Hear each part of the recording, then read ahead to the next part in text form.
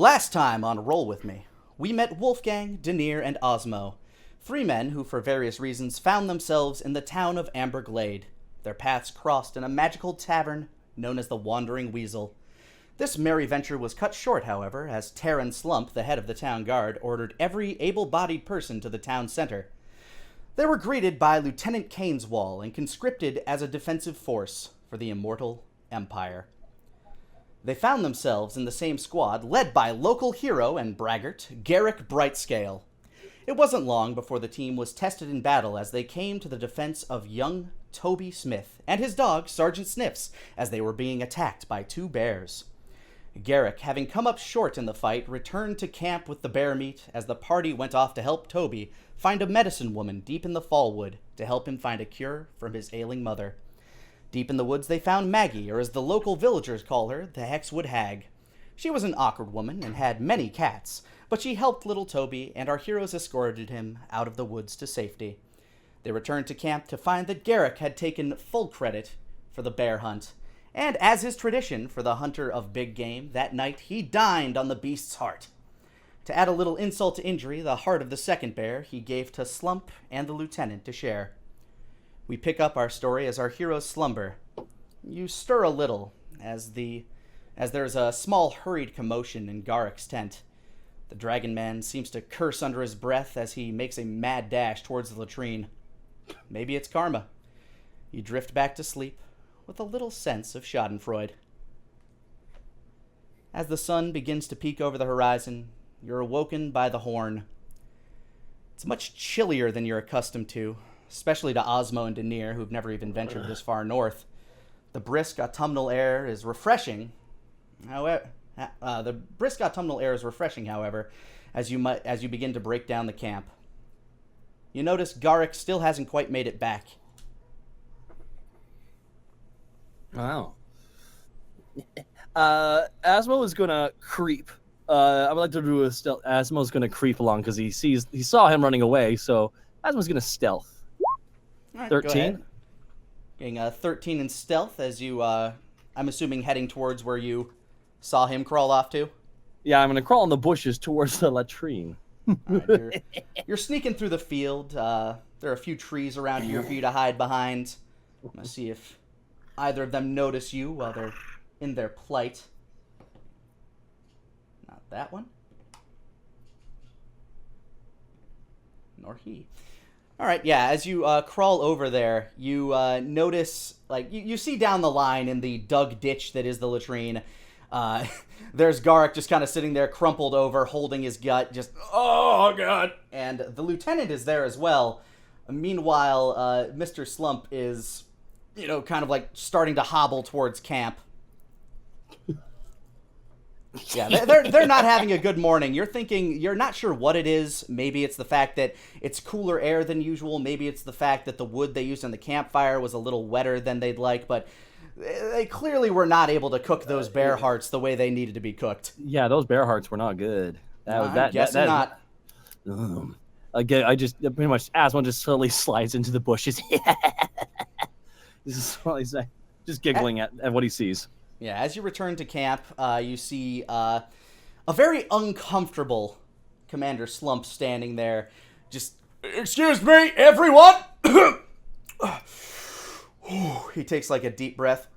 Due to unforeseen circumstances, oh God, we will be delaying our scheduled marching time. You are to have this cat packed up and ready to march in 2 hours! Dismissed! He starts to hurriedly waddle back to the latrine. Oh, man. And we know what this is from, right? You're aware, like, based on the fact that they are the only three that ate the bear heart, you're thinking that this might be some just desserts. No. The dessert would have been a creme brulee.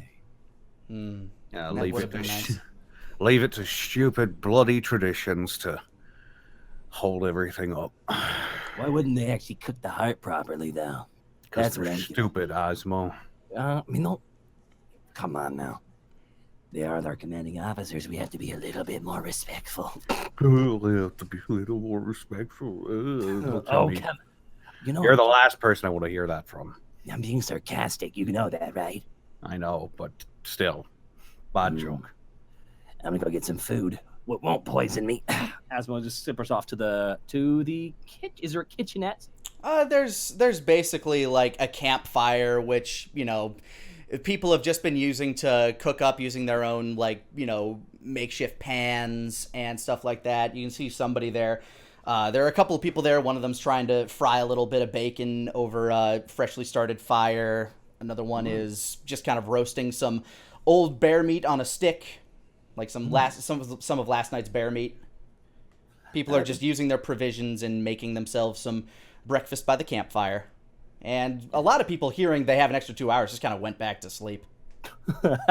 It's like, oh, fuck it, rolling over. Yeah, you guys have been marching for like 8 hours a day for 3 days straight, and a lot of people are tired. Like, you can tell by the camp, a lot of people are still kind of nervous about what they're heading into, because you got like about half a day's march to the. Asmo would like to ask. Asmo would like to ask around if anyone knows why they're going and what they're going up against.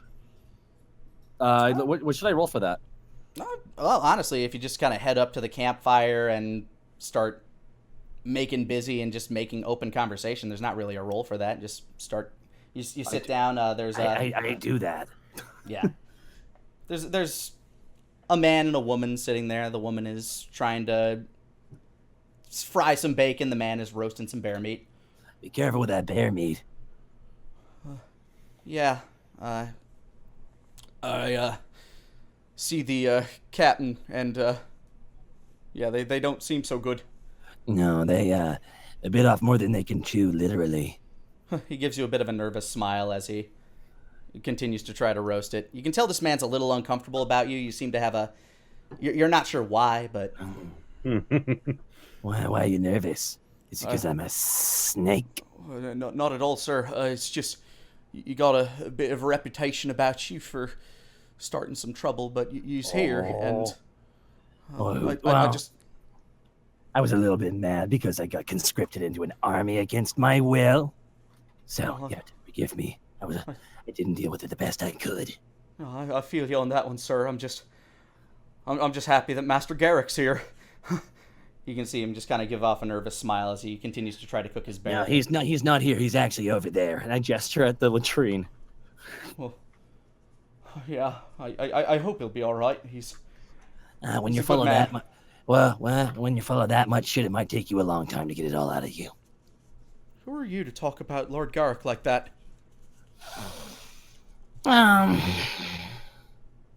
Just a critic. Just because someone seems good doesn't mean they are always. Weren't you the one that Master Garrick busted for his little highwayman job? See what I mean? Just because I seem good doesn't mean I am. Watch out for that bear meat. Also, you know where we're going, by the way? Yeah, we're heading up to the wall. Yeah, but like, why though?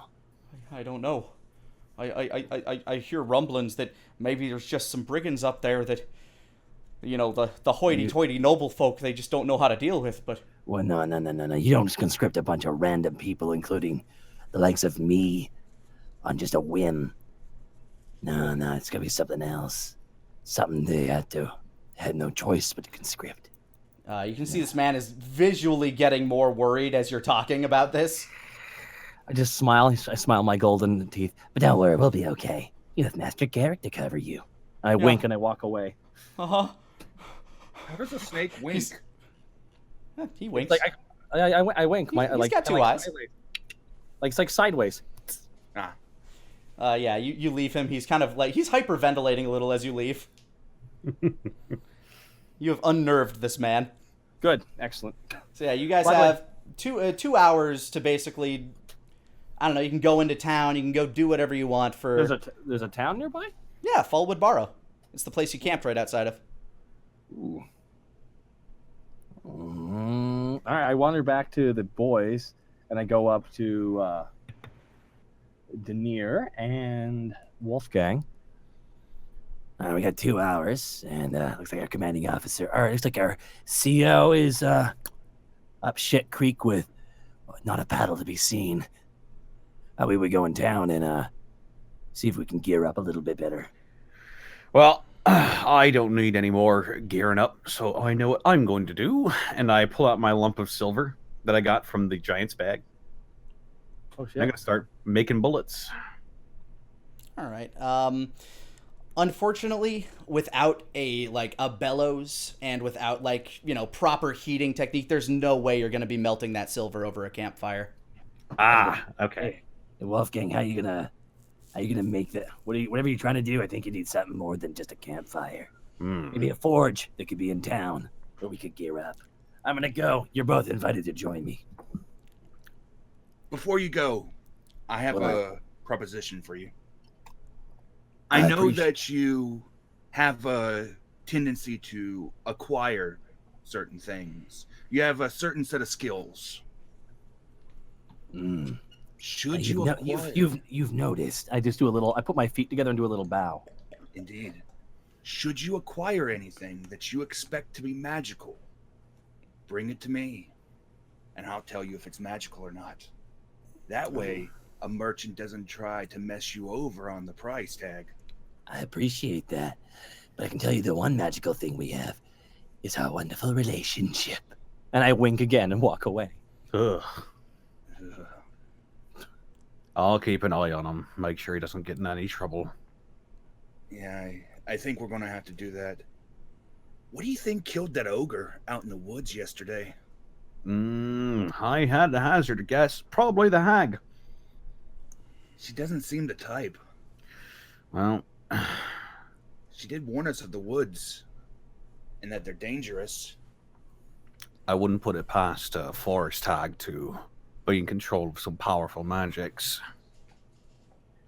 Do you think that if we tell Garrick that there's a healer in the woods, that he'll go into the woods and seek her?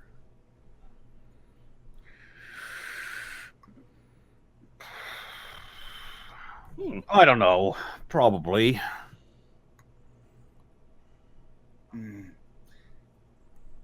Perhaps an idea for later. All right. So you all heading to town? Yeah, I'm gonna head into town. Sure, why not? Yeah, it's not easy to it's not difficult to see from where you are. There's some woods off to the west, and you can kind of see some smoke billowing from the northeast a little bit as you head into town. It's a very small town. Like there's maybe 10 buildings here, and almost all of them look like they form out almost all of them look like they're some type of home. Is there anything in particular you're looking for? You mentioned Gear shop, any kind of general store. okay. I'd say that it's not very hard. Like this town is like literally a one road town. You find a smithy, but it looks like it's been a few days since it's been used. You do remember that men from here have also been getting conscripted. However, outside of the smithy shop, let me see. Oh yeah, from what looks to be a horse stable, you hear a loud "Woof, woof." Is it who I think it is? Over the stable, like the dog sits up, and you see the same giant Saint Bernard face of Sergeant Sniffs. Sergeants. Oh shit. Is the boy here too? Barf, barf, barf. He starts wagging his tail and just like hops out of the. It kind of makes its way out of the stable and walks up to you, Wolfgang, and he's just like wagging his tail. Barf. Oh, hey there. Yeah, he just kind of hops around by you. The door opens. Sergeant Sniffs, keep it down. Mum is trying to. It's you guys! Little Toby's eyes brighten as he sees you, and he runs up to you. Hey, looks like we found you. How's your ma doing? Oh, she's doing much better, sir. I see the color returning to her face. She still ain't woken up, but I feel like if I keep giving her the medicine, it'll work. Yep, Here, you want to see? He kind of like gestures you like towards the building. Yeah, let's take a look. All right, you go inside. It's dark in here, a little musty. He's clearly drawn some curtains over the window. In the bed, you see a relatively young woman, probably in her mid to late 20s. She's kind of breathing haggardly. She does have some color in her face, and she has a rag over her head with a bit of water on it, trying to keep her cool. You see, she's doing much better than when I left her, and well, I don't know when she'll wake up, but she's gonna be fine, right? He just kind of looks up at you.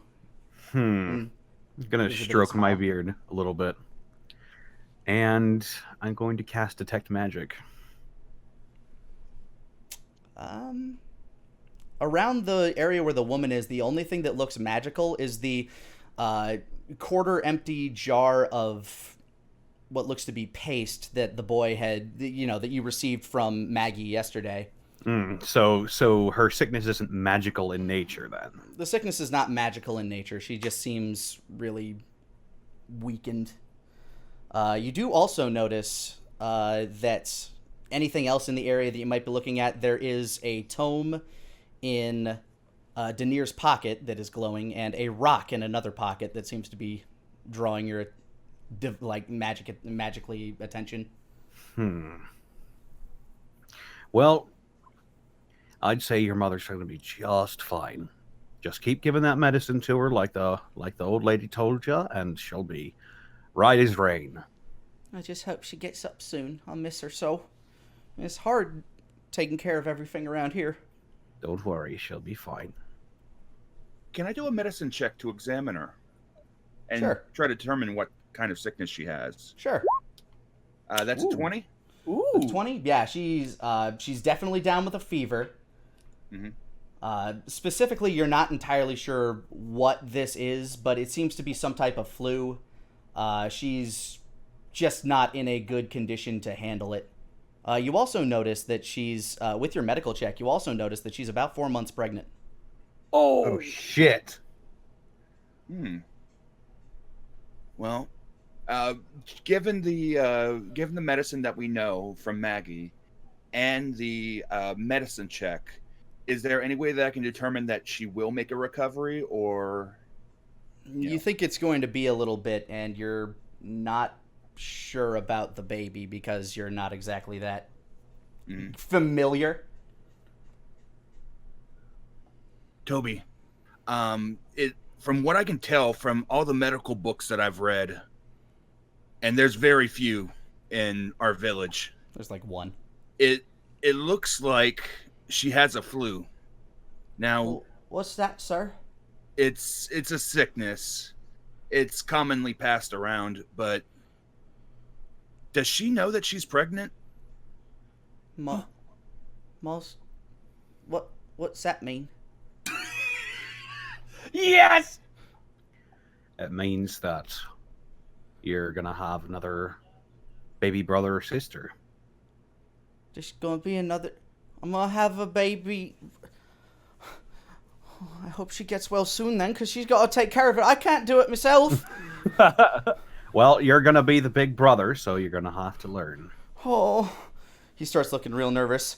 I know. Don't worry. I know, but Sergeant Sniffs will be able to help you out. He seems like a smart dog. And then if Dahl come back, maybe Dahl will be able to help too. Absolutely. That's what fathers are for. You see he's like really nervous, like a little excited, but a little nervous. And he's just like really scared that he's still scared that his mom's not going to wake up. And there's not a whole lot assuaging that. I lean over to the cat man. You took a look at her. Is there anything else we can do for her? With the way that she looks, she's got a fairly good chance. I'm not sure about the kid though. Yeah, you believe that medically there's not a whole lot that can be done outside of magical means to really set her up right. All right. Maybe see if there's a cleric in the camp. That's unacceptable. Okay, stand back. Take a step back. I'm going to touch her forehead and going to use healing hands. All right, as you reach out and press your hand against her forehead. Toby looks a little concerned, like, oh, are they still testing her or something? And then as your hand begins to glow a radiant light, his eyes widen. And Healing Hands, like, go ahead and click that ability for me real quick. Yep. Healing Hands. As an action, you touch a creature, regain a number of hit points equal to your level. Okay, so she regains 2 hit points. As the energy glows forth from her head, it glows into her body, and her eyes shudder open. And the boy just kneels down like, Mom! What the hell? Like Asmo's behind in the door looking in. Jesus! Mom, you're awake! Gods gave us a start. What? Ma'am, Ma'am, I need you to calm down, all right? Okay. You've got Mom! Toby runs up to her and just throws his arms around her as she sits up. Oh, Toby. Little Toby, too. Oh. Ma'am, stroking her head. You were very ill for a long time.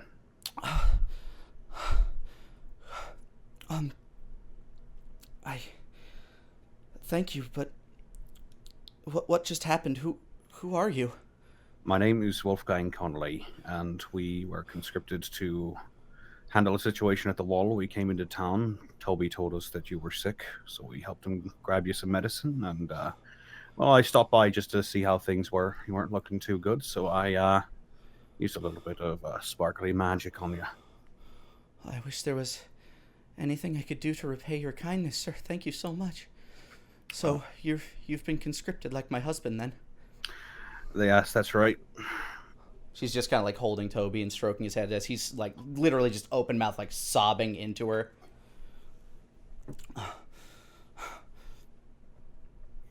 When you're up there, would you mind looking out for him? What does he look like? Well, she looks down at Toby, who's got some kind of like dirty blonde brown hair, very much like the boy. But, you know, he's strong, he's rugged, he's handsome. She kind of smiles to herself. But I'm afraid he's not much of a fighter.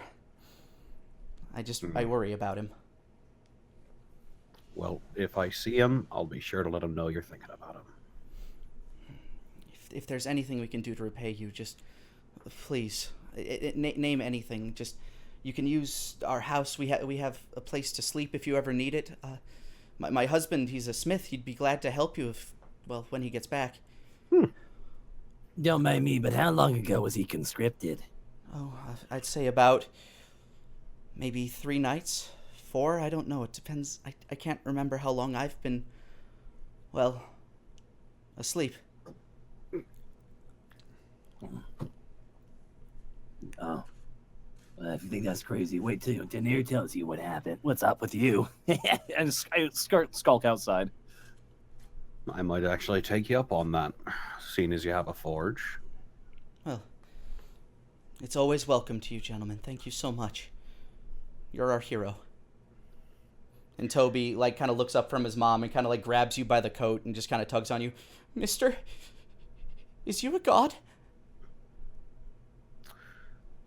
No, I'm just a man.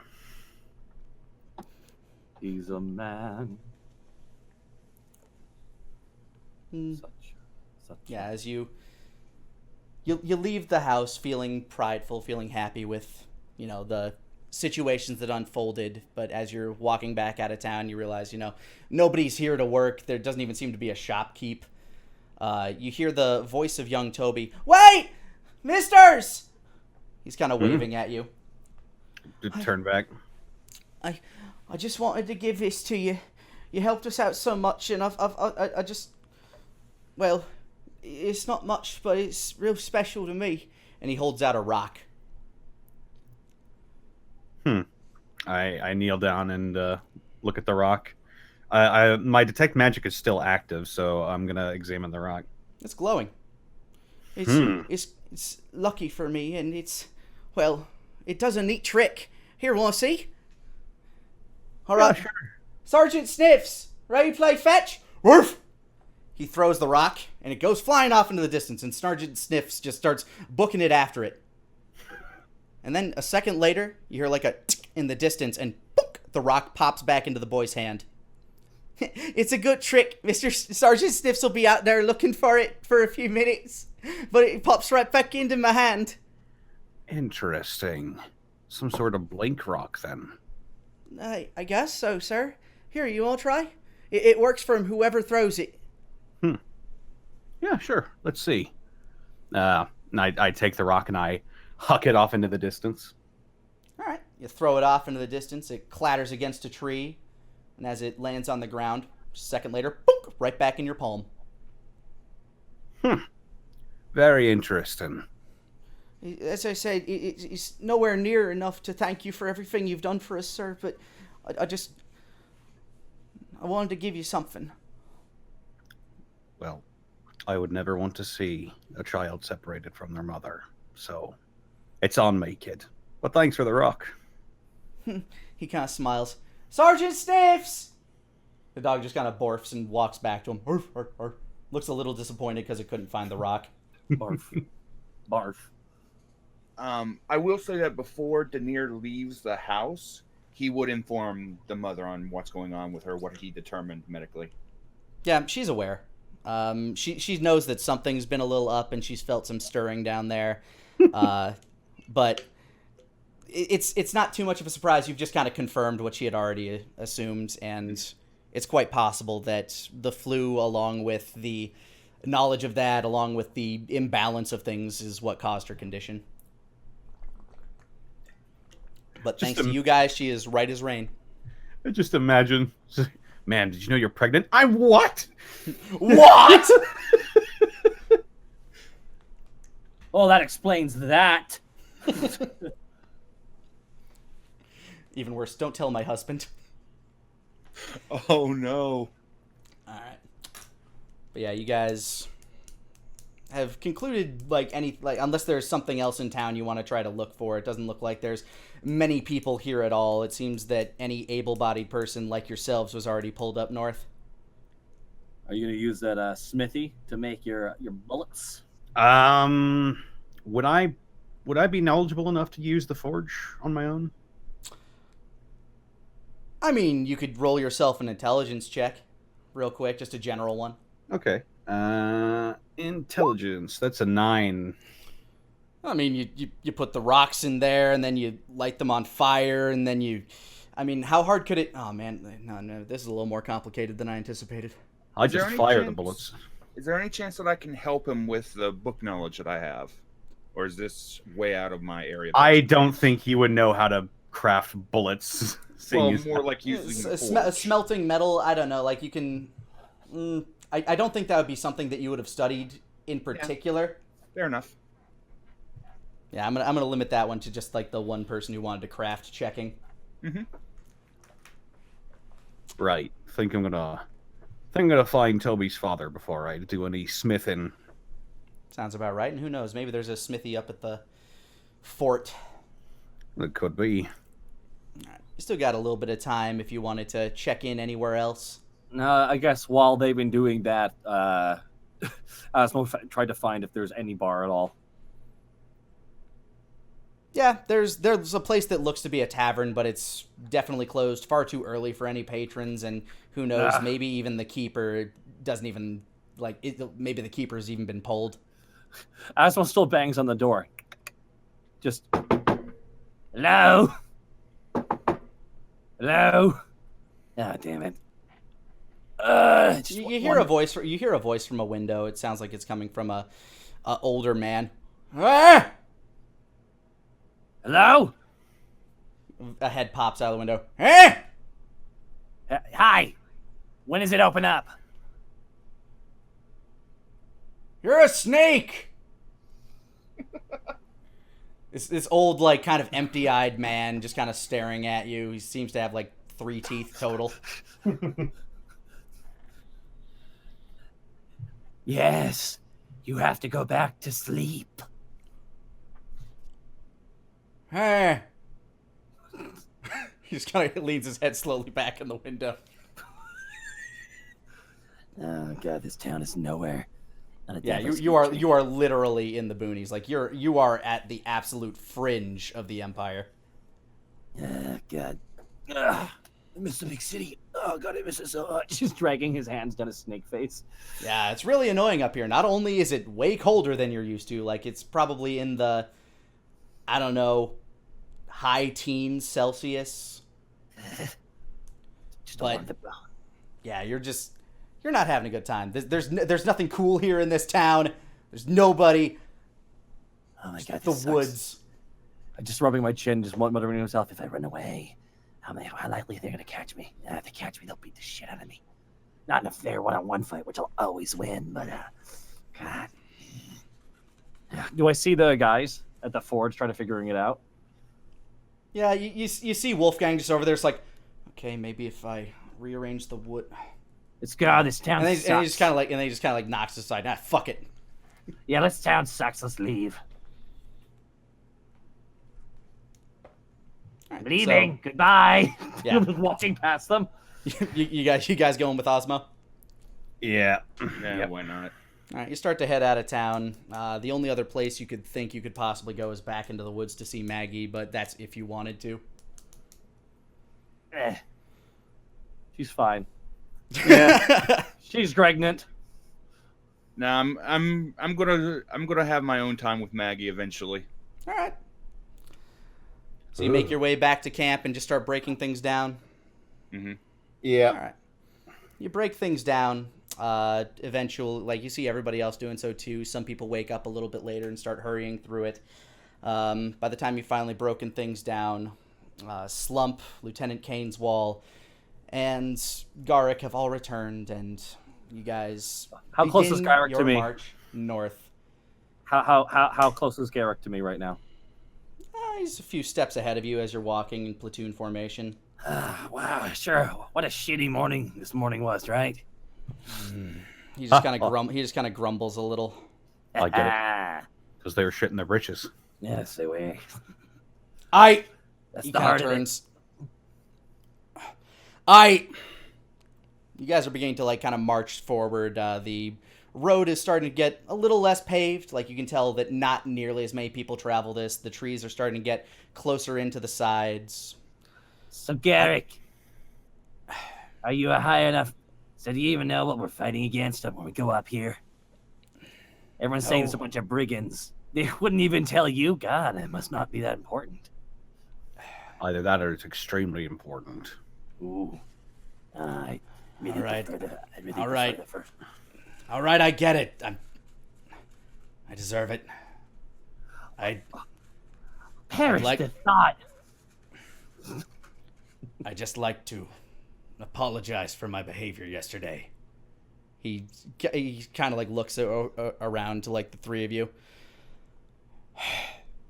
Look, when we came across that boy and those beasts, I froze. I trained my entire life to be a hero, and I froze. But not you guys. You jumped in. You jumped right in. And I'll admit it. For the first time in my life, I felt jealous, I guess. And then when I finally snapped to, I decided to, oh, yeah, know what? No, fine. I'm going to throw a spell at him. A spell that I've barely even begun practicing, and it blew up in my face, and I humiliated myself. Are you telling me you've never seen battle before that moment? Oh, I've seen battle, but not like somebody else purely in danger kind of battle. The point is I humiliated myself and I let my pride take control, and for that I'm sorry. And you. He looks over at Osmo. Smile. You see the golden fang. You were one of the first people to go running to that boy when I was too busy trying to defend my ego. I like you. With that being said, you're a criminal, a thug, and a piece of shit, and if you do anything to disrupt the peace of my town again... He kind of looks you up and down, looks at your weapons, then gives you a fierce, almost competitive, like, stare into your eyes. I'll stop you again. He gives you a small smirk as he starts to trudge forward. Don't freeze up. He kind of snorts out a little bit of smoke, and you can kind of see like the curl of a smile on the side of his face. He doesn't even realize I jumped in there because I thought if we got the food, like 2 birds with 1 stone. But what are you gonna do? Oh, that's fair. Yeah, you continue to march north. The fallen leaves crackling beneath your feet. The road's getting even a little rockier now. Like you can tell you're starting to get closer to the mountain over to the west as you're curving northwestward. While we're walking, I'll actually walk beside Garrick, and I'll teach him what I know about Firebolt. All right, you walk up to him, offer him a little bit of advice. How would you like to break this ice? Excuse me, Garrick. Yes, Daenir, was it?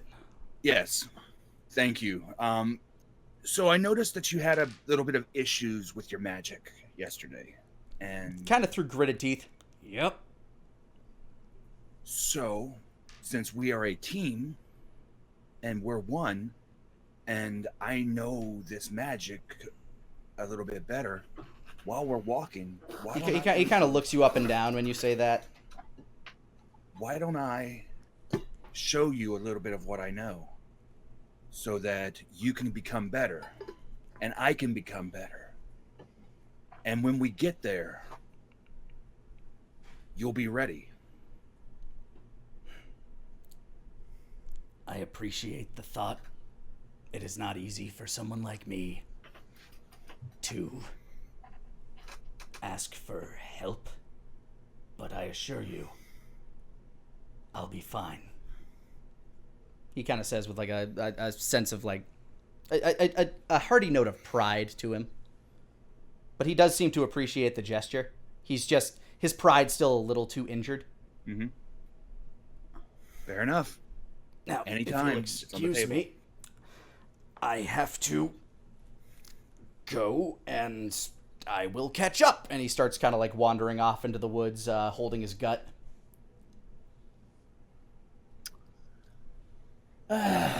Watch out for the holly leaves.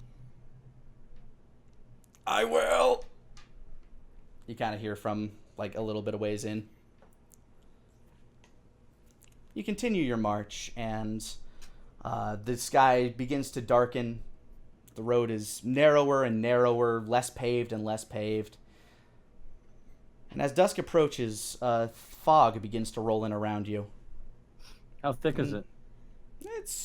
It's relatively thick. I mean, you can probably see about like 3 or 4 trees into the line. Okay. Yeah. Okay. It's not horrible, but it's definitely noticeable. And then finally, as you enter a bit of a clearing, you start to you find it in front of you. The fort known as the Wall. The wall. How big is it? It's a fairly imposing structure, though not nearly as wide as its name seems to imply. On its left side to the west of your position is a sheer cliff face leading up to the mountain that divides the Eternal Empire from the wildlands of the west. And So to there's the a- right is just a bit more forest. Here, I'll pull you guys over there. Oh, okay. So The side facing you is a sheer stone about 7 meters tall with a lip jutting out about to the halfway mark. It seems to try to dissuade people from scaling the wall, and at its center is a massive steel portcullis that remains closed. do we see any? Do we hear any noise coming from the fort? No, it's dead quiet here. Kane's Wall and Slump, who are standing up in front, kind of wander forward and examine the gate. It almost seems abandoned. It's so quiet. Hello, this is Lieutenant Kane's Wall. Is there any officer on duty? Roll a perception check. Oh boy. Oh boy. 21. 17. Nat 2023. God damn. Nah, Well, man. You can hear, actually all of you can hear basically the faintest from the distance, but specifically Daenir and Wolfgang, after the fact, you hear the man go, "Oh shit!" And then you just hear the slamming of wood, followed by the continual of wood as, like, just a sound. "Hello!" Kane's Wall continues to call. Lieutenant, I just heard something coming from inside. I think somebody's being attacked. Kainswall, is there any chance that this fort could have been occupied by someone else?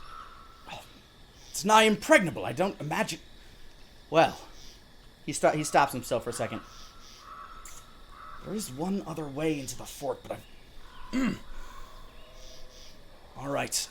Squad 3, Squad 4, I need you to help try to get this gate open. Squad 1, see if there's any sort of cave system or anything that leads into this fort. Squad 2, that's your squad. Go around the right, see if you can find anything. Oh boy. Oh, this is fun. What'd you guys hear? I guess when we're Where is Platoon Leader Brightscale?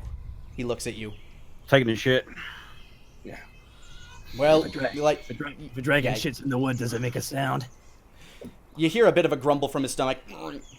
Unavoidable, I suppose. Move on! Alright, so squad...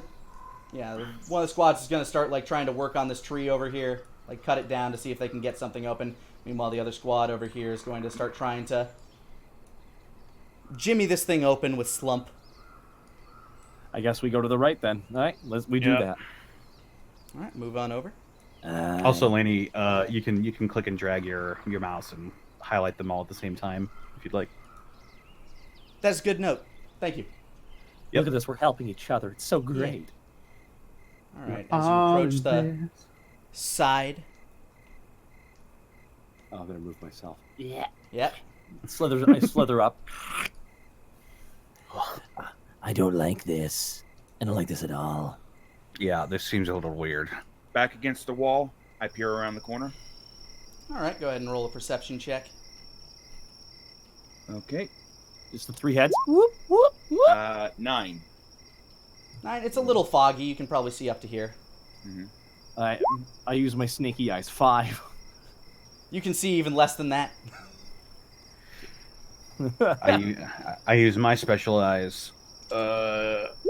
Your brand. 6. Your brand has failed Yeah, you. this fog is getting real thick. Like, it's starting to roll in. 2 C's thick. Yeah, Oh no, that's really thick. maybe even 3. But who knows? The night's still young.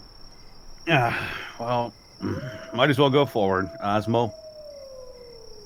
Oh, fair enough. Oh boy. And pull I out my cast blades. mage armor.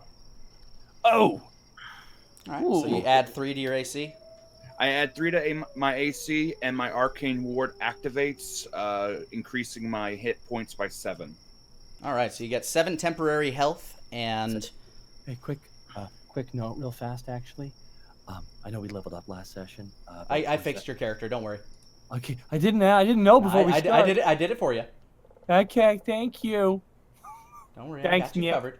Thanks, Nick. Alright, so... Yeah, you'll Now have to what? make your way kind of through the fog.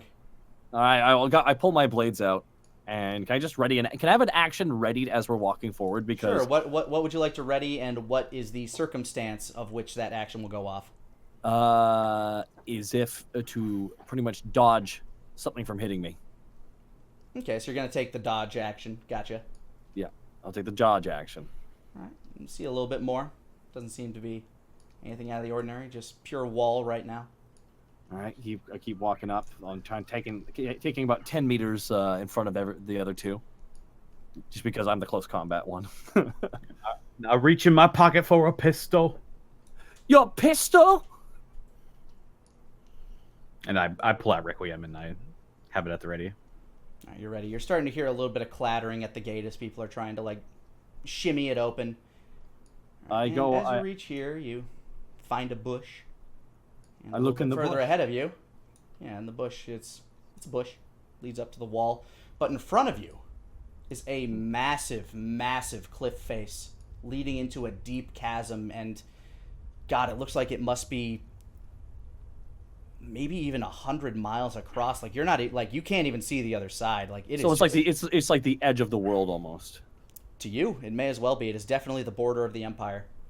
But you have found yourself at the Maw. Damn. I look around to see if I can see anything on the cliff face to the left. Actually, All right. As you're gonna have to step up to the cliff face to really see. I step up carefully to the cliff face. All right. As you step up to the cliff face. Yeah, man, this thing is deep.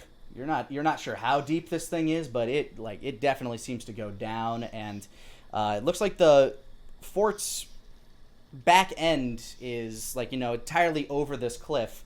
A little further to the east, towards the mountainside, you can see a small stretch of land that seems to lead from the chasm through. Like it looks to be some form of natural land bridge across the chasm that's along the mountain front. And that would be the side that I guess the other gate is on. So, even though this structure is not incredibly long, you're beginning to understand why it's called the Wall. Because it's built into the actual mountain itself. Yep, it's there to stop anybody from entering from the Northlands. It's just more wall and gorge. Weren't we told that there was another entrance? Yeah. Possibly, if you want to roll an investigation to kind of look around this place. I will roll an investigation. Yeah, 8. Oh, where is it? Where is it? It didn't show up here. What are you Oh. looking for? There it is. Well, I rolled an 8. Yep, there it is. 8. Anybody else Yep. want to roll investigations? Sure. I will do as well. What are you looking for right now, Wolfgang? Looking to see if there's some sort 18. of entrance, maybe a loose rock built into where there could possibly be a side entrance that was overlooked in this fort. All right, Daenir and Asmo, you both rolled high enough. Asmo rolled a 16. Daenir, you rolled an 18. Daenir, as you're examining this area around the bush, you seem to notice some seams with almost like a little bit of air coming through the rocks. And Asmo, you notice the same thing, and you can maybe shift some of these rocks over and reveal a bit of a passage. I think I found something over here. And I'll start moving the rocks and the bricks and everything. All right, those that want to attempt this, give me athletics rolls, and I will... 7. 15. All right, with your claws, you get a real good grip on this wall as you're being able to kind of push it in. It seems to go sort of inward and leads into a small tunnel that allows you to maybe find another one at the edge of the fort over there. And sure enough, on the other side of this tunnel, there's another loose patch of rocks. Who would like to go first? Oh, wait, hold on. Before we go, shouldn't we go tell them we found an entrance? Yeah, that's also an option. We have good on. I'll be right back. I run off to go tell them we found an entrance. Yeah, I do that. Yeah, all right. Go ahead and move yourself back Oh. to the... Oh, you want me to move myself over there? Okay. I'm gonna keep watch at the front of the entrance, see if anything pops out. Hey, yo. Yes, Lieutenant Kane's wall kind of like looks at you as this group of men behind him are cutting this log into basically a battering ram of sorts. Yes, you found something. And we found the entrance. It's on the right side. And pushed in a wall. A little archaic, but good. Go ahead and see if you can find a way to get this open from the inside. Squad 1, accompany them. Squad 1 leaves from the cliff face and accompanies you back. All right, cool. Follow me, boys. I can follow enter you. with my dark vision. All right. Right. Yeah, it's a dark tunnel, but you can see light at the edge of it. Mm-hmm. And go ahead and crawl through. All right. Alrighty. Yeah, go in. All right. And as you get to the edge, you're just gonna have to shove some rocks out of your way to slide open this other portal. Okay. So give a quick athletics check. And you still hear that on the other end? 12. All right, Asmo, you're not going to be able to help much from behind Wolfgang, but you'll do what you can. Wolfgang, go ahead and give me a athletics roll as well. That's a I 10. can't really... All right, with your combined strength, like Asmo kind of pushing you and you shoving yourself there, you're able to get it open, and the pathway is clear for you to enter the courtyard. As you open and shimmy through the passage, on the opposite side, you see two soldiers beating their hands on a wooden door. One begins to turn to you. He has wavy brown hair and sharp features, but what you notice most are his emerald green eyes. Not for their beauty, but for their lack of focus. As he turns to you. Sorry, I need to click the thing I need. As he turns to you, you see the other half of his face. It seems like it had been eviscerated by some beast. It's all tagged and torn to shreds. Oh, shit. He begins to lurch toward you. Roll initiative. Oh, shit. Oh, damn. Zombies. Natural 20. Nat 20, 16. Hot damn. Let me set this in the proper order. Oh, that's a beautiful natural 20. Yeah, Asmo, you are slightly faster than Wolfgang by the sheer ability of having better dex. Yeah. Daenir.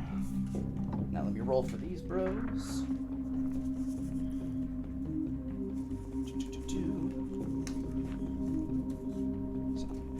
Zambozos. Oh my god, that was, by the way, Nick, that was really good how you just debuted that on us. That was fucking cool. Well, I'm glad. So, Asmo, it's your move. I can tell that he's the undead. Now, have I ever seen the undead before? They're very rare, as Wolfgang would let you know. They are incredibly rare in in this particular country. But every now and again, some will pop up, mostly around graveyards due to mages who are having maybe a little too much fun, experiments going wrong. You've probably run into one or two at a time. So yeah, these guys, they are clearly undead. Oh, holy shit. I haven't seen one of these in a long time. Explains where the guards are. I run right at the one in front of me. I pull up my two swords and run right at him. All right. Go ahead and roll your attack. Yeah, right, I will. That's 10. That will hit. Oh, wow, good. 7, and I go for the swing of the other sword. All right. 13. Damage. 13 will also hit. 8.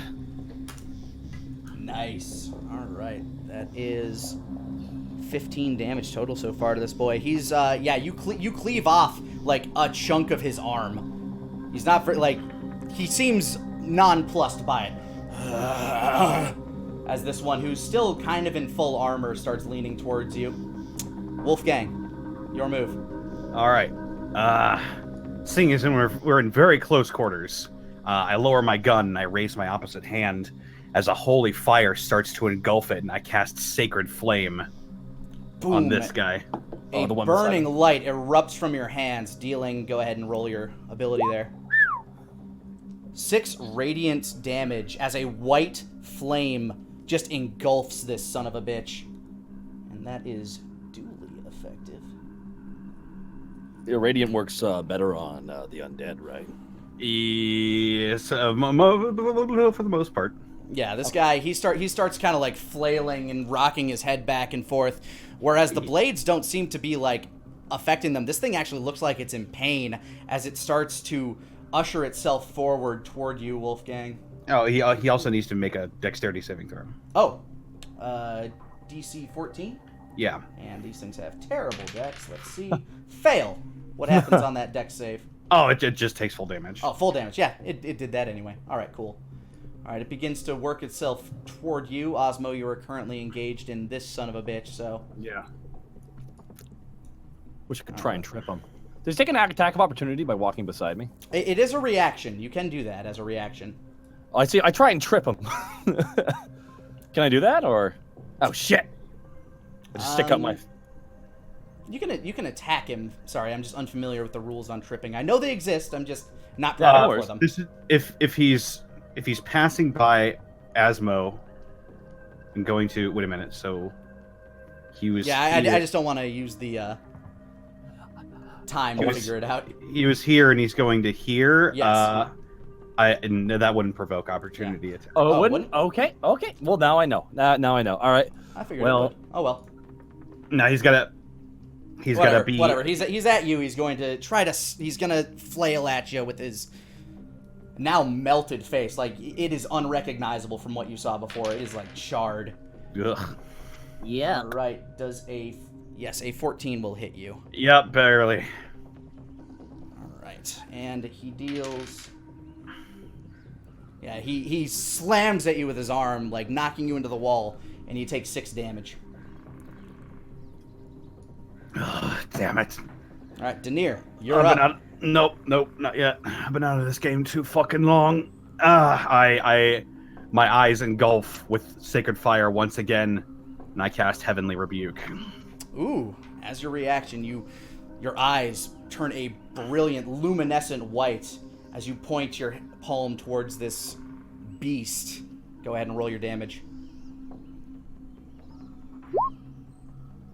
And 13. he just is engulfed. He is incinerated. He is a pile of ash by the time these flames subside.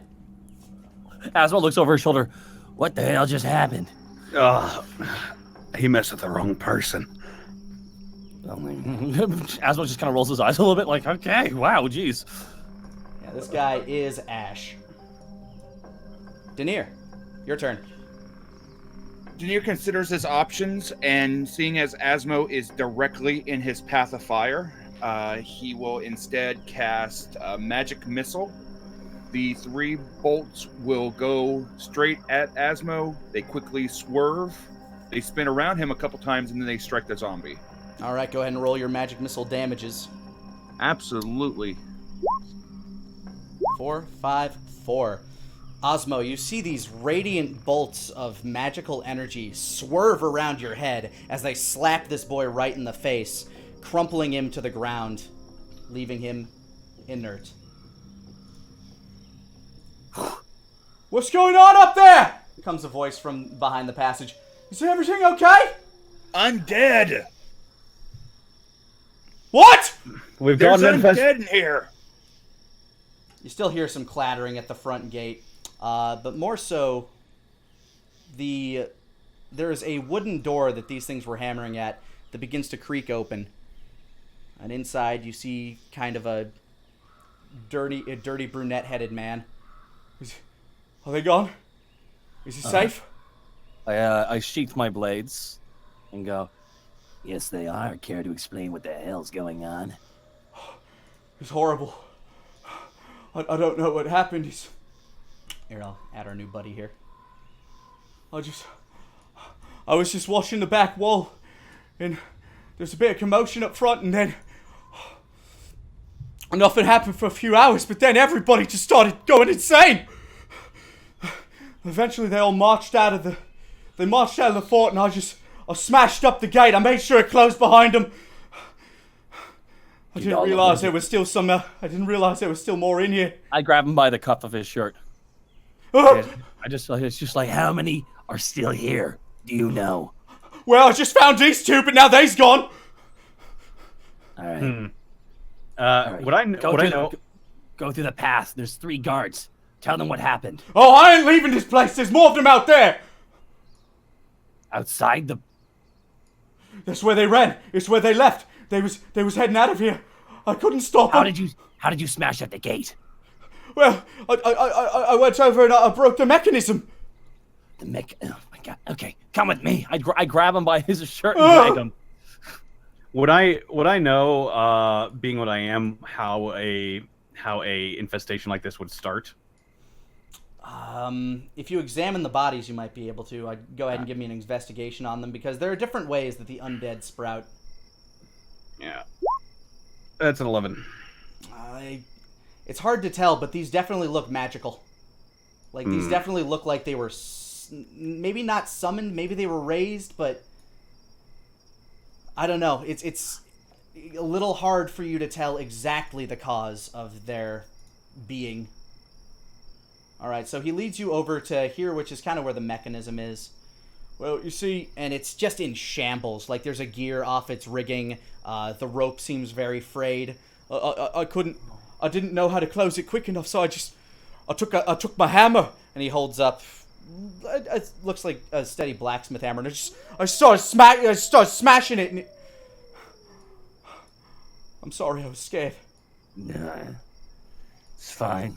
In that situation, you don't know the practical solution, but Meanwhile, there's a bunch of guys out there. Yeah, you see slumping Caneswall on the other end. Well, can you get this thing open from this side or not? We're working on it. Apparently, they shattered the mechanism to get us inside. Apparently, some of the guards inside have turned into undead. There's supposedly undead out there as well. Keep an eye out. I'll say there is, coming from a voice, a familiar voice. As your old friend, Garrick, enters the scene. Garrick. He walks in and he tosses a helmeted head kind of at the ground by these people. By God, that's General Trunch. I found him out in the forest.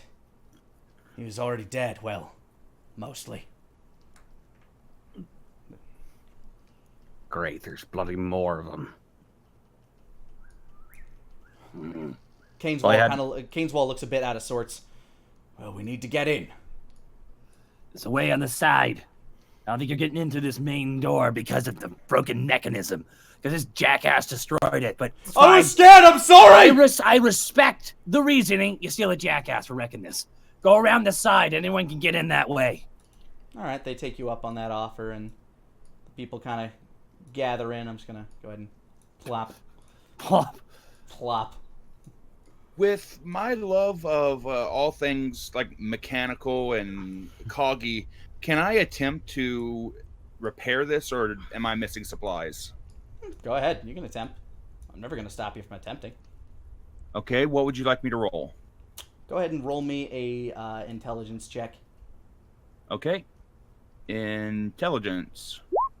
Nope. That's an 8. As much as you love tinkering with things, as much as, you know, that appeases to you, this is a bit more than simple clockwork. This is large rigging, and you wouldn't even know where to begin here. You're not sure where the rope is supposed to go, whether it's in its already necessary position. It's just, nah. Hey, you. Your last name wouldn't happen to be Smith, would it? Oh, yes, sir. My name is Tobias Smith Sr. Ah. Oh, that's funny. What? Why? We met your kid.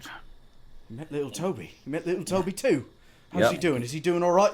Well, thanks to us, he's doing all right. He was in the forest surrounded by bears. What on earth would drag him out there? Your wife was sick. My God. Is she all right? Yeah, everything's all right now, thanks to us. Oh, thank you, sir. Thank you. If what you say is true, I owe you a great debt. Yeah, the missus already told me that. Show him the rock. Oh, yeah. Got your son's blink rock as thanks. Oh, I gave that to him for his birthday. A wandering magician was just in town. I got it as a little souvenir and thought he'd like it. Wow, you must have really done a number for the poor boy if he... Thank you. He looks at you with, like, great sincerity and kind of disbelief in his eyes. Yeah, after all this is over, I'd recommend getting home as soon as possible. They're gonna need you there soon. As much as I'd love to stand around chatting all day, we need to clear this base. As Caneswall approaches the front gate, he opens it without much effort and kind of like looks around. All right, Squad 3, Squad 4, clear the top with me. Squad 1, secure this perimeter, make sure that door's closed. Squad 2, check the ground level. Yes, sir. And everybody begins to file into the building. I thought this was the ground level. Oh, God. Okay.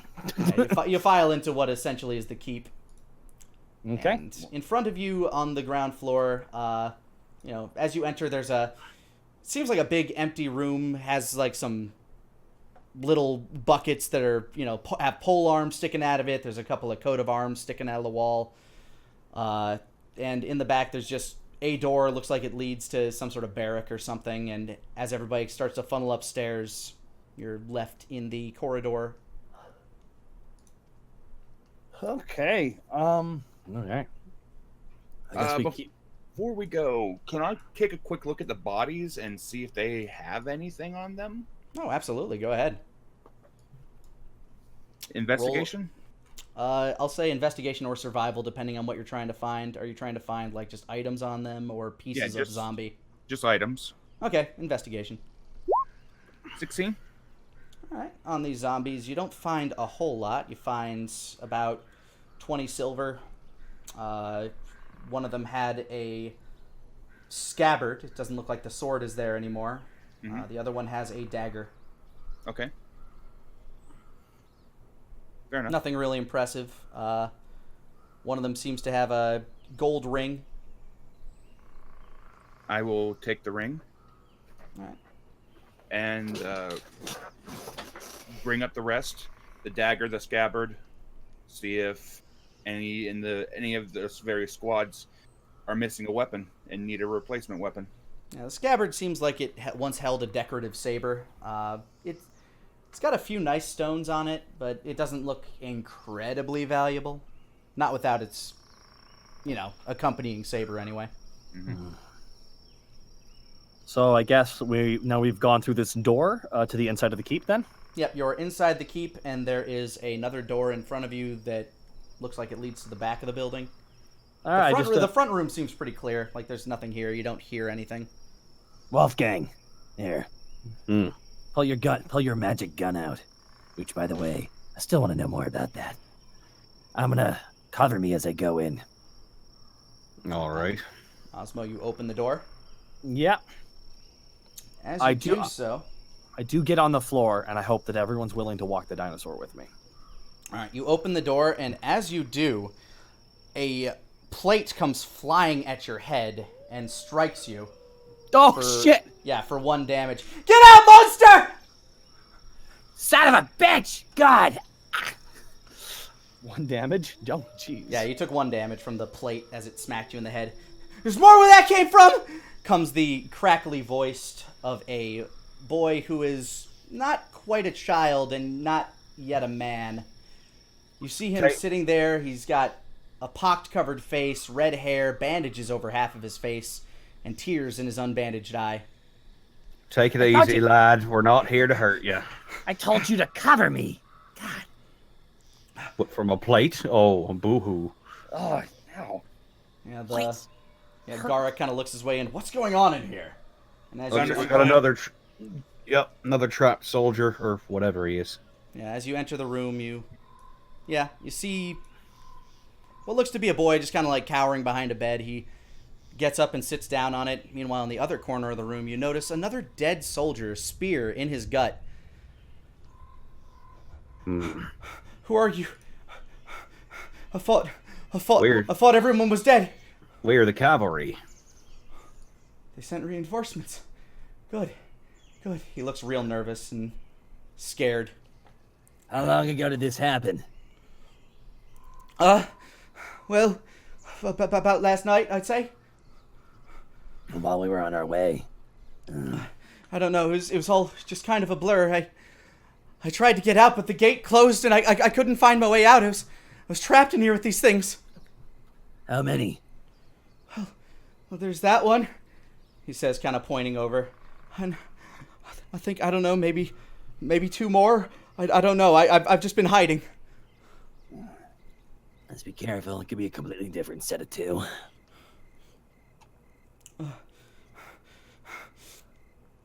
Who are you? Is Garrick with us? Yeah, Garrick came in. He's the handsome dragon man standing on the purple rug. Yeah. Asmo just gestures to Garrick, like, please, you're in charge, lead. Of course. Hello, child. I am Garrick Brightscale, and you have nothing more to fear. We will purge this land of these creatures and make sure you're safe. What do you mean, these creatures? Well, I don't know if you've noticed, but they aren't exactly, normal. Kind of like glances over at the one in the corner. What brings you here? I wasn't like... Well, I came to defend, like you.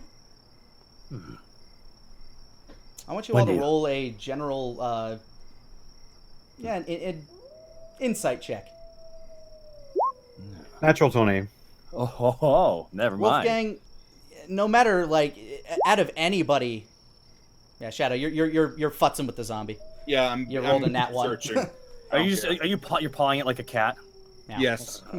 Kind of giving a little growl hiss. But Wolfgang, one thing that you've noticed out of anybody conscripted, there has been nobody this young outside of maybe Daenir, and even he's kind of close to adulthood for his race.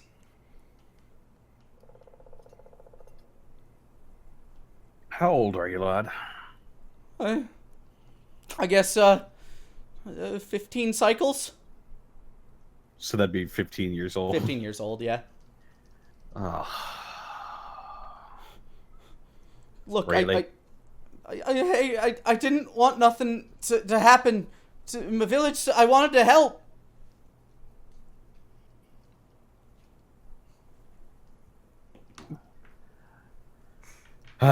His voice like super cracks in the middle of that. Like he seems a little off put. He definitely seems traumatized from the events. Well, I'd say you helped plenty, and it's time for you to leave. Oh, they're coming. They're not coming back, are they? Probably not. Hold on. Okay. Hold on. When did you get here? What? When did you get here to this place? And why did you get here? Were you conscripted as well? Well, I came because I wanted to defend my town, and I got here just a few days ago. Uh-huh. Who came with you? The soldiers from the people from my town. Do you know anyone? Do you know the Smiths? Yes, I believe so. Insight on that. Go ahead. 18. You can't tell whether he is lying or whether he's just really nervous and shook. Would I, with my natural 20 insight, that I got at first, would I know that something very strange is happening for him to be here? Because they wouldn't just let him come, and they wouldn't conscript somebody this young, would they? He definitely seems to like he definitely seems like he got in here like just fine. Like he definitely seems like he was let in here. He does seem a little off. Again, you feel like he might be lying. He's definitely lying about something. I'm casting, but you're not Detect sure what. Magic again. Detect magic? Yep, I'm using Angelic Sight. Go ahead and click that. It allows you to detect magic at will without the expense of a spell. And slot. yes. Quite the invocation. There you go, guys. I am a warlock. Yes. Your eyes begin to pierce this child, and you start seeing a faint glow coming from under his bandages. What? Do I got something on my face? What are you hiding? Nothing, sir. I just...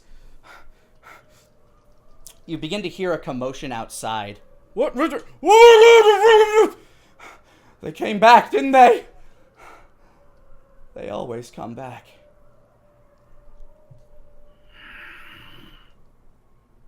You start to hear clattering outside, commotion, panic,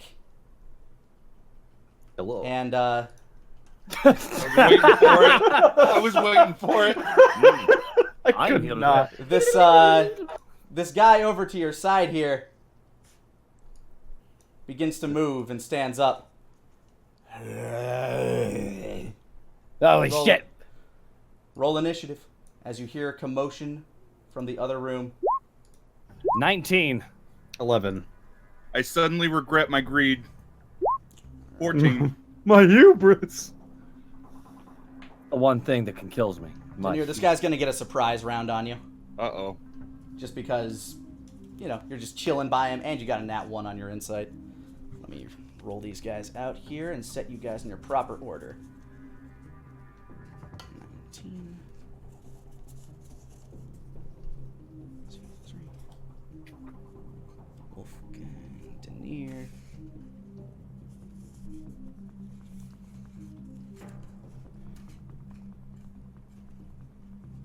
Sorry, this is going to be a very long list because you also got some soldiers outside that are doing some shit. I love this music, by the way. I feel it's very atmospheric for the type of threat you're fighting. No, it doesn't need to be loud or have a high BPM. It just needs to be like get you in the mood. I like this. Nick, you got me in the mood. Good. Nicholas. Pretty good at that sort of thing. Nicholas. All right. Daenir, this zombie lurches toward you. How long does mage armor last, by the way? 8 hours. All right, it's still effective. But as he reaches forward, he still gets you. He drags you in, and you take 5 damage as he swats at the side of your head and tries to pull himself up on this spear.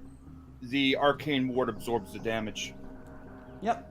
You notice a faint shimmer go across you as this thing that would have normally slammed straight into your friend, just a barrier seems to impact it, although a small shatter seems to take effect on this barrier. And also, the boy here. Let me replace him. As the bandage begins to glow, I fucking knew it. a burning pink eye shows through. An eye on his hand? No, the bandage is on the half of his face. His eye lights up and it just kind of burns through. It's kind of a glowing pink eye. Oh god, he's got a Sharingan. I'm sorry it had to be this way. But don't worry. No, you're not. You'll all be part of my family soon. He smiles as you hear more clattering outside. Asmo, it is your turn. Oh, that's some bull. This is some bullshit. Anyways, Asmo just cartwheel jumps into the side of the zombie that attacked Daenir. With 2 blades, and I swing down. 17. That'll hit. 4, and the other sword. 13. Will also hit. 6. All right, 10 damage total to this zombie.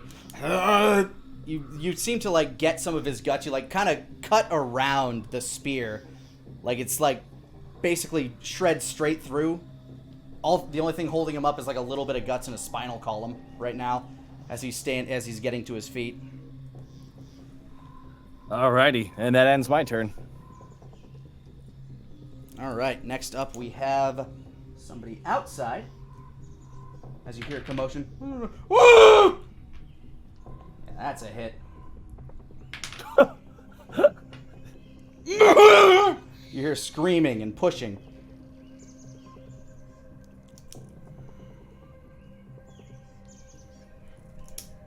All right, next up we have Daenir.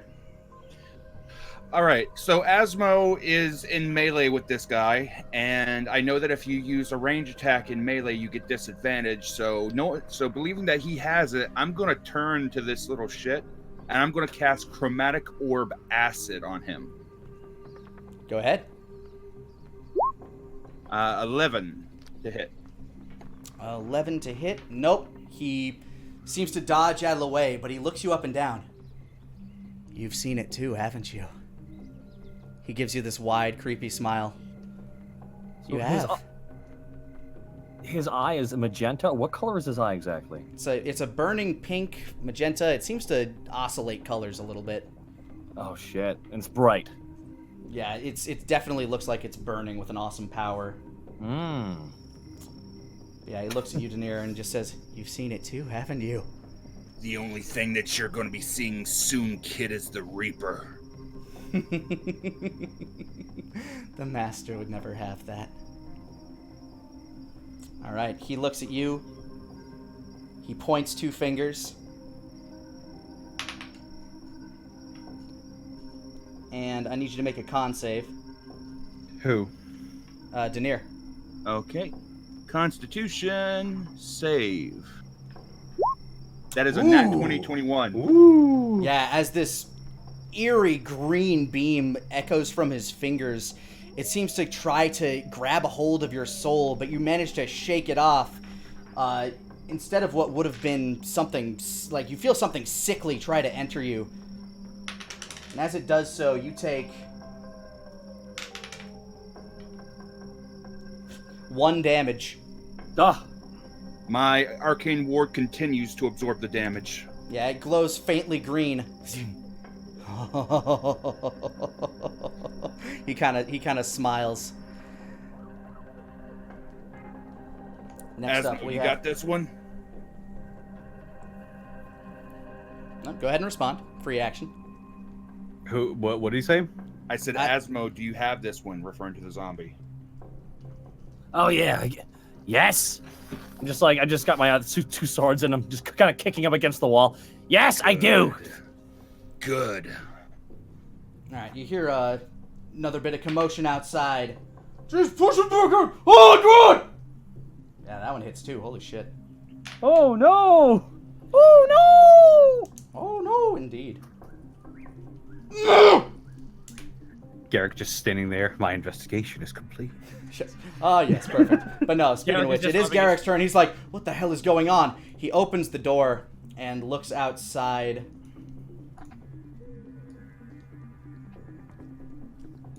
What was it, Dragon Eye see? His dragon eyes see several zombies encroaching on the territory that are trying to feast on the butcher's boy. Jesus Christ. Or deity. Whichever deity he calls out to. Anyway, he jumps out. By and the tries Maker. Yeah, by the Maker. Yeah, Lord's light. He jumps out and with a, pulls his sword out of his sheath and strikes down at this zombie. His aim's true. And he deals with his 2-handed sword attack a mighty 10 damage to this beast.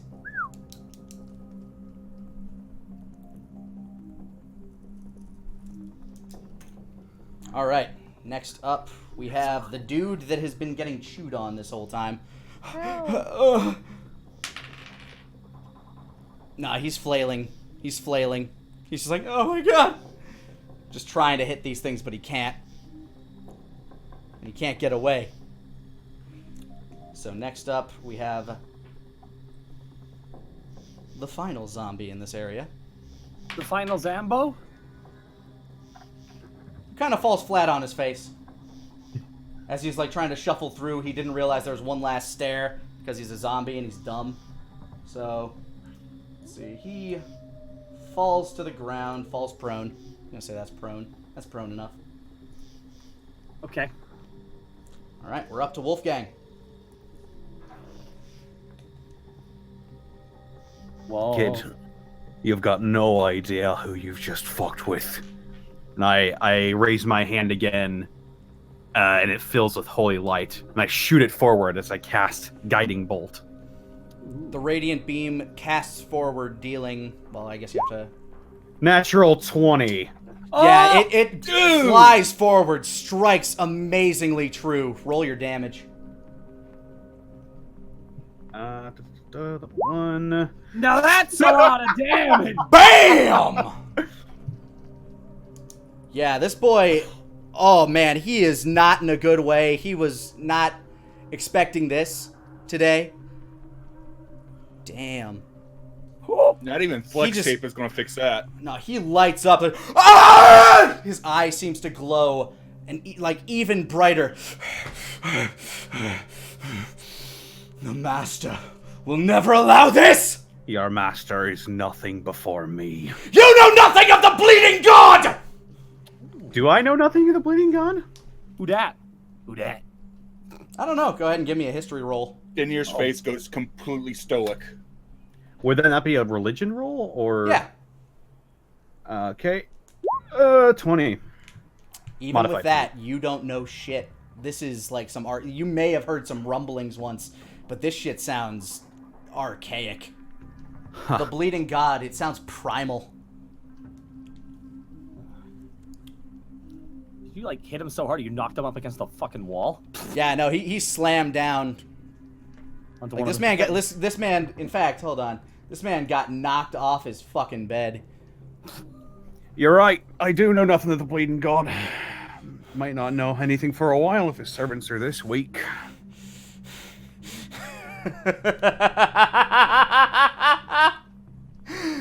One of you knows, though. One of you knows, and he knows him. And the master, he'll find you all soon enough. Meanwhile, outside, you hear the bellowing tones of the blowhard slump. What are you not doing? Beat those beasts back! You hear him kind of coming from this angle over here as he's cowering his way up the staircase.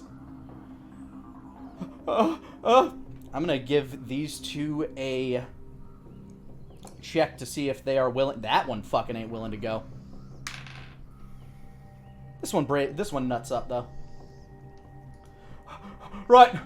He comes down here and tries to assist his friend to try to pull him away.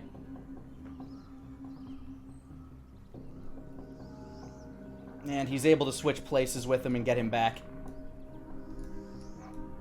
Not that that really mattered to anything, but Yeah. visually it makes no sense. But he pulls his friend back and kind of gets in his place and tries to be defensive with these Zambos. And that's their turn. Rolling back around. What's up? By the way, because guiding bolt hit, the next attack made on this guy has advantage. Awesome. Oh. Asmo, the zombie that you're next to, he's taking exception to the fact that you've just stabbed him twice. Well, He I makes would a only assume. Yeah, he makes a fail attempt to try to swat at you, but your nimble snake neck just kind of swerves out of the way, gives him a little hiss as it's now your turn to attack him. Okay, so I got those swords. I pull the swords out and I go for I go to cut off his head. Slicey dice. 15. That's a hit. And the second swing, 20. That's 9. also a hit.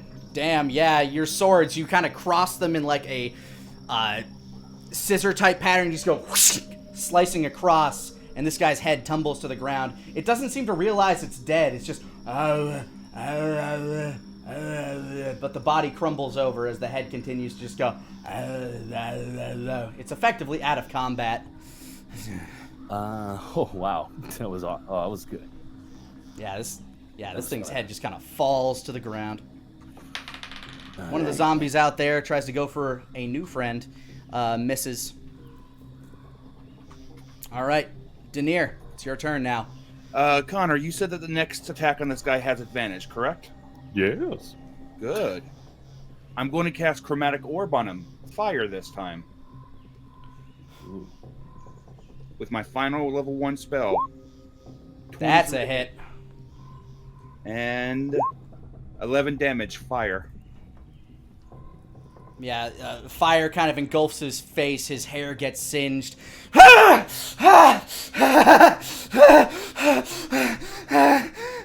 Master! I need you! Grant me more energy! So I may fell these fools! He starts to, like, kneel on the ground, screaming, Master! I beseech you, please! I'll rid them! I'll rid this world of them! Master? Master? Sounds like your master's forsaken you, kid. What do you mean? Master, please. Please, no. You promised. Master, no! You hear a sickening pop as the glowing eye seems to flash. The boy's body falls limp to the ground. Oh. Not only that, you start to hear a calming outside as all of the zombies collapse to the ground as well.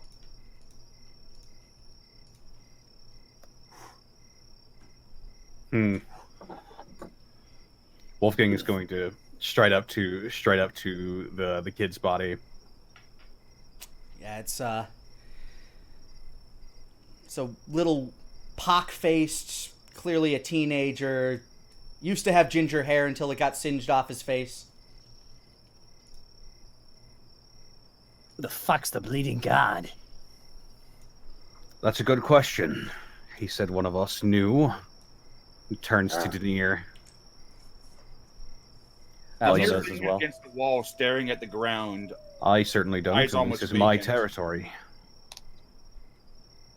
Sorry, what were you saying, Bob?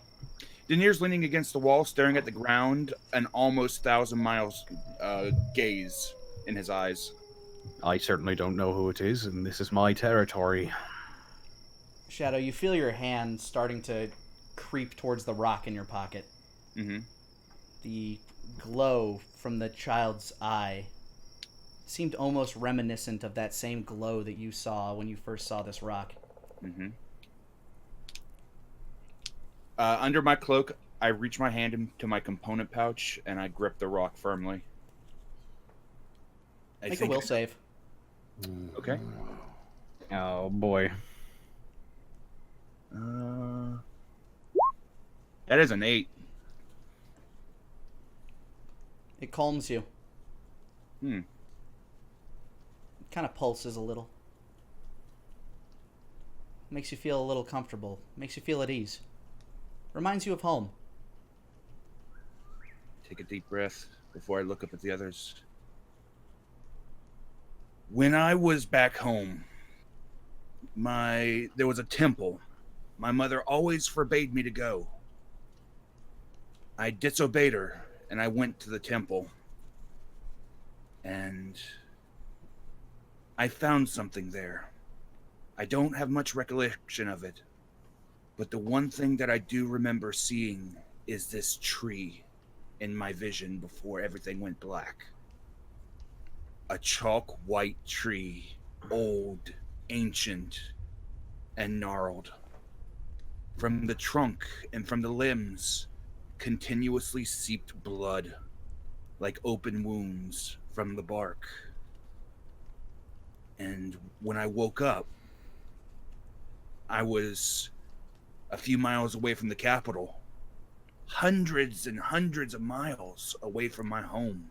You're actually a few miles away from Amberglade. Yeah, I figured you came to Amberglade not too far after, in the years that he traveled afterwards. But I've only seen the tree once. Something tells me that this kid was talking about the tree. But I haven't found anything else about it since. So that's this bleeding god then. That's what I think. Well, shame on it for corrupting this poor youth. I sort of reach forward and I close his remaining eye. As you're trying to close his eye, there's a shard kind of sticking outward. Ugh. And I sort of just holster my weapon and say, Eka fel o flem thelalel punseliakko. Which is like basically a rest in peace in Celestial. Alright. Yeah, to the rest of you, it almost sounds like he's speaking like old Latin. Like almost a little sing-songy. So go find out well, that's... Either you want to investigate the boy at all? Yes. Yeah, I'm investigating him right now. Yeah, go ahead. 12. 5. Nope. Asmo walks up and just kind of like kicks the body a little bit. 5. That's about right. You kick the body. It's dead. Wolfgang, as you're examining, you realize that shard that you were brushing past when you were trying to close his eyes seems to be a piece of crystal of some sort, and you remove it. Daenir, this this crystal is faintly similar to the one that's in your pocket, just much, much smaller. It's probably about 3 centimeters long, maybe half a centimeter wide. A small shard. Wolfgang, the shard. Can I have it for a moment? Sure, Okay, just- but then give it back. Well, I want to see something, and I can't guarantee that for sure. Okay. If I'm able to, I will give it back. So As you hand it to Daenir, as it gets closer to the component pouch at his side, it begins to glow faintly. with the shard in my right hand, I reach into my component pouch and I pull out the broken gem. Yeah, they're both kind of glowing and pulsing, kind of in sync. I bring the two together and I put the cracked shard into the crack in my gem. It's not going to fit there. That crack is kind of like a hairline fracture. It's almost like surface level abrasion, really. The shard itself does seem to glow a bit brighter when it is directly up next to it, though. They almost seem to, like, not physically, but in your mind, it feels like they need to be closer together. So you're just kind of clinking them together, almost unconsciously. Well, that's interesting. We see all this happen, I'm assuming. Yes. You can't tell what's going on in his mind, but to you it's just like tink, tink, tink, as he looks to be just examining the shard, but he's kind of clinking them together in a bit of a rhythm. Yes, they're both crystal. We can tell. Why are they letting up like that, though? They belong together. That's ominous. Hmm. The door swings back open. They're all dead. Everything. All of the creatures, they stopped moving. What happened?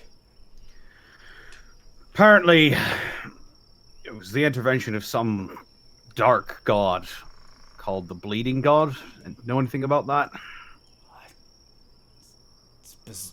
No. Should I? Well, apparently this boy was a necromancer. We killed him. My God, so young. His eye, the bandaged up eye, wasn't even real. That was something else. Shone bright pink. Yeah, Oh no, there was definitely a real eye in there. It kind of exploded all over the front of his face.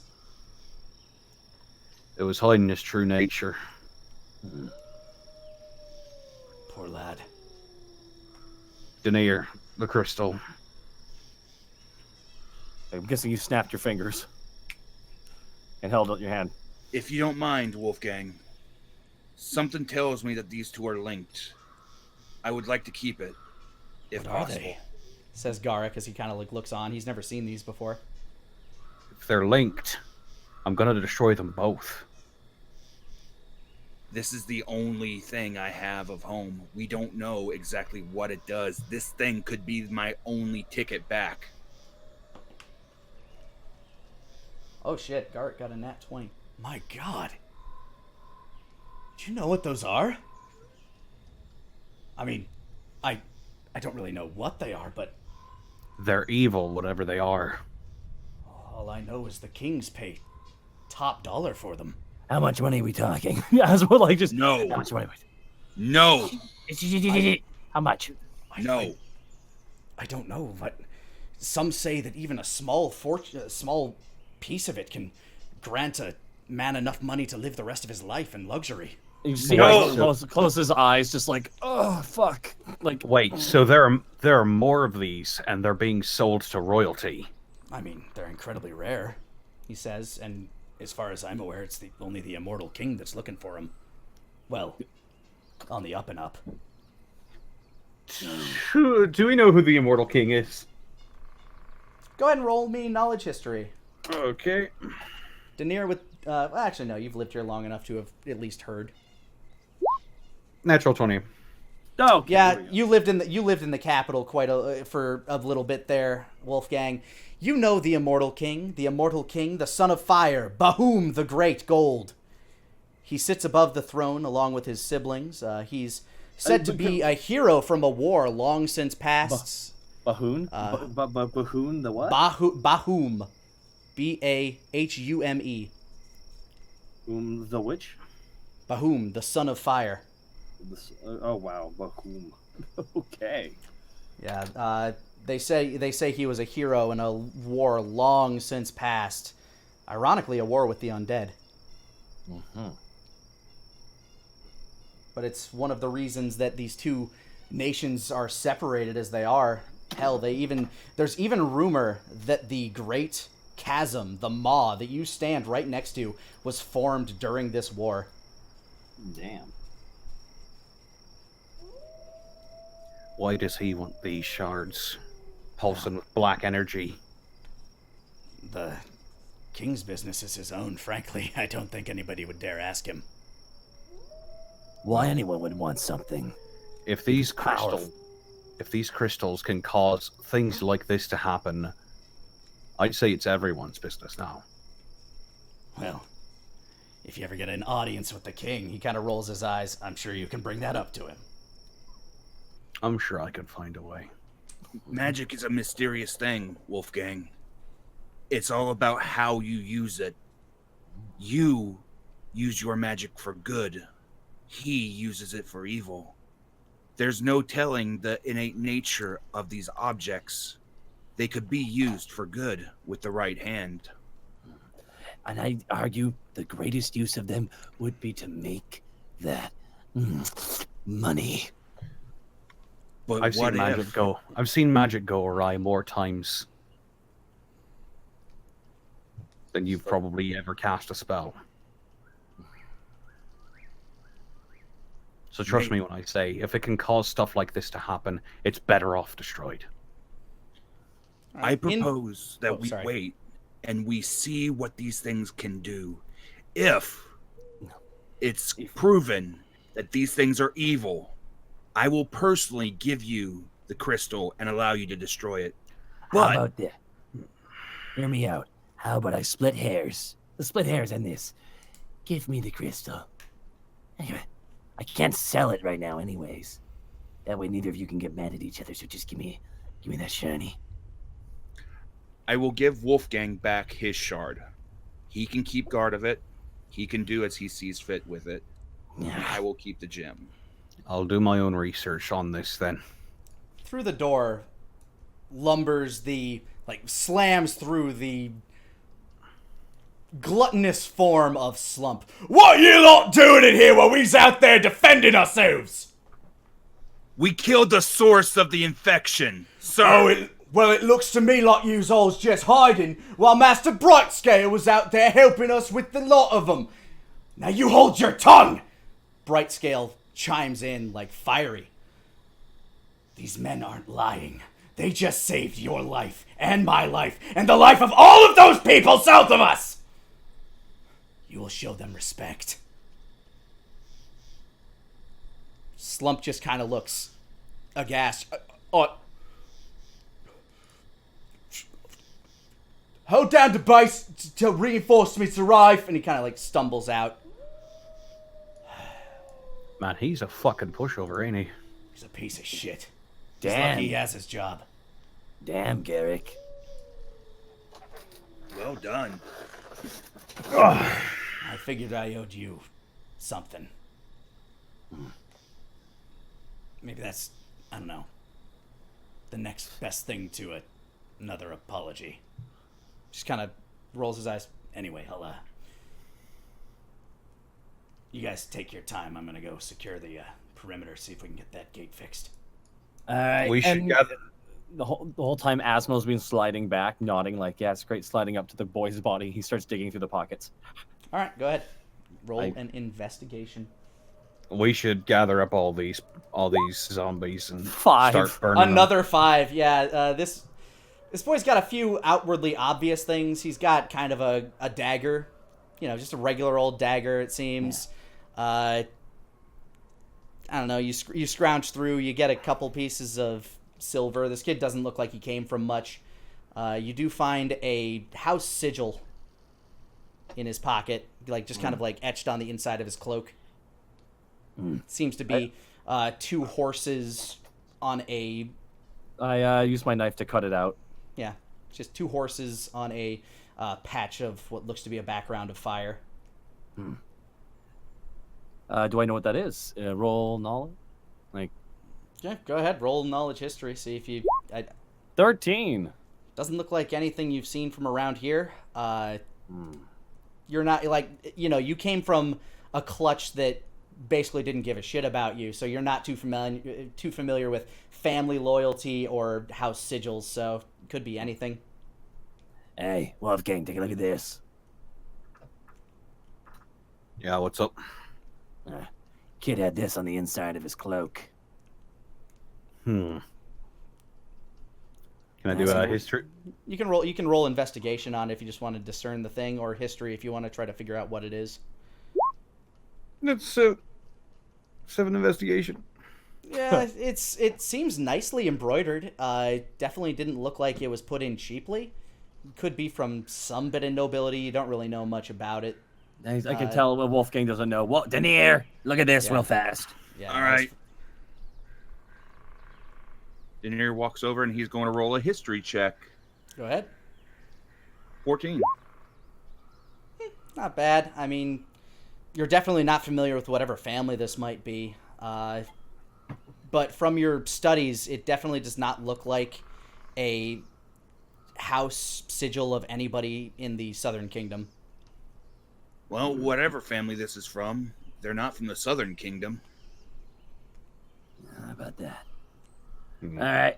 Well, let's go. See what else we can scrounge up. All right. As you guys clear out the base, everybody kind of like lumps all of the bodies onto a pyre. Any zombie that is seen from a more noble birth is tried to made decent, but if that can't be done, they're just put on the pyre as well. I want, Asmo, I'm assuming that since some of these guys are rich kids, you'd probably like to look through their things. I am going through every single box of everything. Okay. Go ahead and just give me a general... You have your time, so give me an investigation or survival with advantage. Oh, yes. Sorry, this might... 13. Fuck! That's not bad. You still get a decent amount of stuff here. You're going to... let's see. To split among the party... Slow down. We'll find out. To split as Asmo sees fit, since he's the one finding them. You find about 250 gold. Ooh. Yeah, it's pretty good. You find a nice little cutlass. Seems to be embroidered. Ooh, embroidered cutlass. I'll just put nice cutlass. Yep. Among the other things, you find some basic weaponry, like if you want to stock yourself up on any basic spear, pole arm, or dagger, short sword, long sword, you have your pick. There's a bit of an armory here. Ooh, I'm good with my weapons. Yeah, you find 3 gold rings, 2 silver rings, and 1 platinum ring. 2 gold rings? Oh my god. Yeah, 3 gold rings. Oh my god in heaven. Gold rings. What was the other 2? Sorry? 3 silver, 1 platinum. 3 silver. Ooh, platinum. Yeah, the platinum one actually has a small, tiny green emerald embedded in it. Ooh, platinum ring. Nice. Hey, Lani, you said that he got a weapon, like a cutlass or what have you. Mm-hmm. Does it go with my scabbard? Well, you can check. Yeah. Sure does look pretty. You see me kind of holding the scabbard, going, ooh, this is good. Daenir's going to walk over to Asmo. He's going to fish out the scabbard that he's holding, and he's going to compare it to the sword that Asmo's holding. What are you doing? What? No, I found it's mine. I found this, and I suspect that this goes with that. The I two try and would be slide more the- valuable together. That's true. I slide the blade into the scabbard. Does it fit? It fits just fine. Not only that, but the little embroiderer's mark down at the base of the hilt, it seems to match that on that of a mark on the scabbard itself. It looks like a cow with a fork for horns. Cow fork for horns. Ooh. And it's got lots of pretty little jewels lined up and down the scabbard, and there are some on the handguard of the cutlass itself. And it seems just really, really opulent. Like, this kid was probably pretty rich. Or from a very noble house, at the very least. This is beautiful. Ooh. Even better. It just smells up it like. It smells like rich folk and decay. Asmo, take everything that you found and set it out over here with me. Okay. Yeah, he I does want that. you all to roll a stealth check because you are literally grave robbing. Shh. Just be careful. Be careful. Shh. Be quiet. Okay, so I didn't think you would do something like this. You seem like a goody two shoes, but as long as you're in for it. 14. And I will stealth too. That's a natural 1. Ding, ding, ding, ding, ding, ding, ding. I am not rolling because I'm taking no part in this. Yeah, you're not over there. Garrick notices you. Caneswall and Slump both somehow rolled a nat 1, so they're off doing something else. Garrick's like, "What you got over here?" If you can believe it, a bunch of stuff that was on nobody. He kind of looks at you, just like, "Really?" And just kind of, you know what? Who do you think this sword belongs to? We should get it to their family. I toss him the sword. You know what? Roll persuasion with advantage. That's a 14. He thinks you're bullshitting him, but he's seen the shit that you've done today, and he's going to, like, kind of turn a blind eye. It's like, all right, well, make sure it gets to them. Kind of, like, gives you, like, a little, not really a wink, but just kind of a knowing eyebrow raise, like, I know what the fuck you're doing. But he's definitely cutting you some slack right now after, like...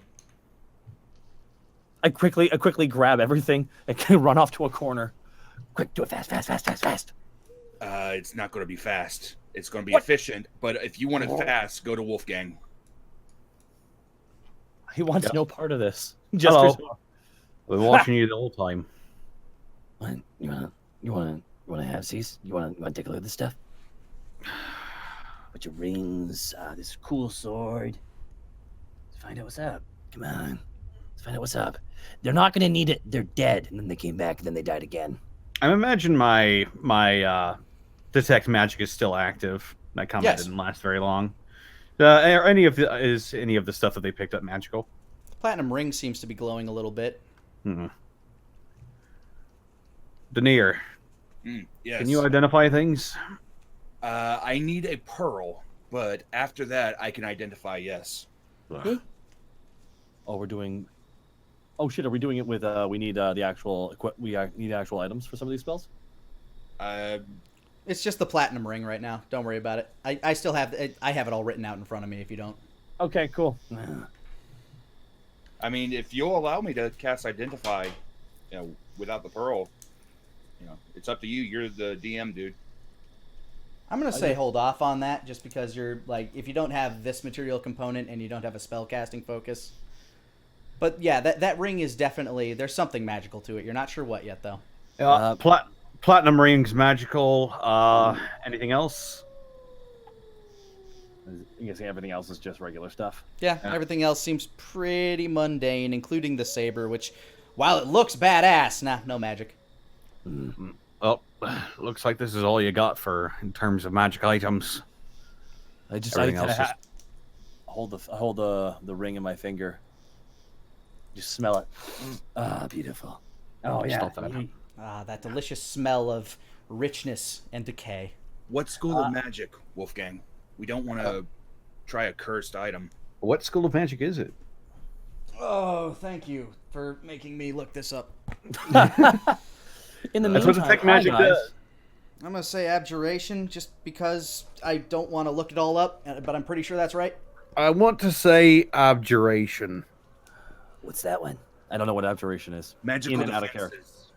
Ooh. Magical defenses, protections, just initial hazard, I guess. Maybe it might be something to make you a bit hardier when you wear it. Well, why don't you go ahead and find out? I lick the platinum ring. Good. I put it on my finger. You begin to feel a little more confident in yourself. You're not sure exactly why. It feels like it's still kind of seeping into you, like this magical, like you get this feeling all over you, but it's going to take a little bit of while for this particular piece to attune to you. Okay. I take a gold ring out of each of them. I flick one to both of them. Thanks for your help. Walks out. I lower. I take down my 2. I'm down to 1 gold. All right. The rest of the night seems to go without any sort of issue. You clear out some space in the barracks. You lay to rest all of the bodies that happen to be strewn about. Any coat of arms are arranged to try to appease the family with, at least the ashes of their lost ones.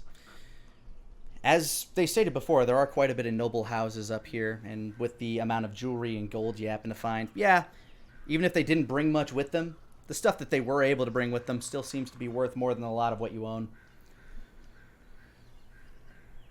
So you pass through the night, and in the morning, it seems like a normal day, and then finally, another day later, you see out the front, a horn blows, and up comes marching what seems to be a small army of like maybe 30 or 40 people. Oh, shit. Yeah, when they went to the nearest base, they were looking for people, and they found them.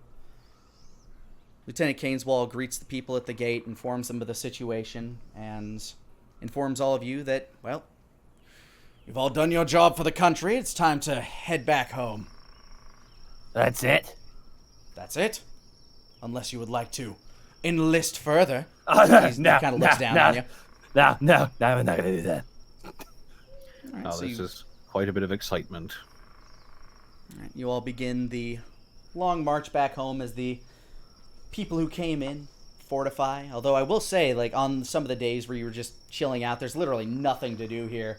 I'll say that the smithy, Tobias Smith Sr., would have used the local forge to help you craft some of your silver bullets. I'll say you have 10 of those. Yeehaw.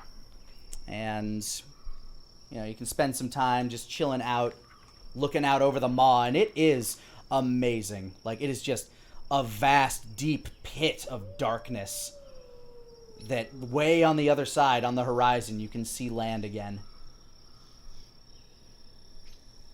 But you're happy to start heading home.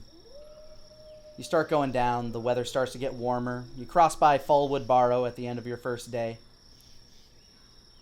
Tobias leaves you and heads back to his family, who's all there to say hi and just thank you again. Before we part ways, I make sure to whisper into his ear and let him know that his wife is indeed pregnant. I'm aware, sir. Thank you. He just kind of blushes. She's pregante. Pregnant. Purgnate. She's purgnated. Gregnant. Yeah, she's basically you make camp at Fallwood Barrow again, and you're able to do whatever you'd like. Tobias and his lovely wife Samantha, they offer you dinner at their place. Good deal. Alrighty. If you took them up on that. Oh, yeah? Yeah, you We sit made around. Sergeant Sniffs is just barking around outside while you're sitting kind of on an outdoor table, just because they don't have room inside for so many. It's a simple meal. Seems to be some local fowl, maybe a duck, maybe chicken, some boiled potatoes, and fallwood fruit, mostly apple. It's fair enough. It's hearty. Tastes good. It's better than spoiled bear. That's good. If you have anything else you want to do around the Fallwood, you have basically an evening to do so. I go visit Maggie. All right. If you guys want to wander out into the woods, Sure, I'll come along, just to walk off that nice meal. right, Got go ahead nothing and- better to do. go ahead and make a survival check with his, just a survival check just to see if you can find your way back to the Barrow. 17. 11. Thank God. 6.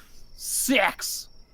Yeah, Daenir, your cat-like instincts plus your affinity for all things magic, and not to mention just your sense of smell for other cats, kind of leads you in the direction, and you find yourself in that same clearing. Oddly enough, even though dusk is approaching, as you enter the area, it still looks bright as day. Does it still feel as calm as it did when we Oh first yeah, entered? you feel like tranquil entering this place. And as you walk up to the house, you see a familiar black cat just kind of sitting above on a branch. Oh, what's up? What's up, dude? Not much. You're back. Yeah, we were coming back. We killed a bunch of zombies. Whoa. What's a zombie? Think of the dead that come back to life, and they're not supposed to be back alive. Oh, shit. Those things? Yeah.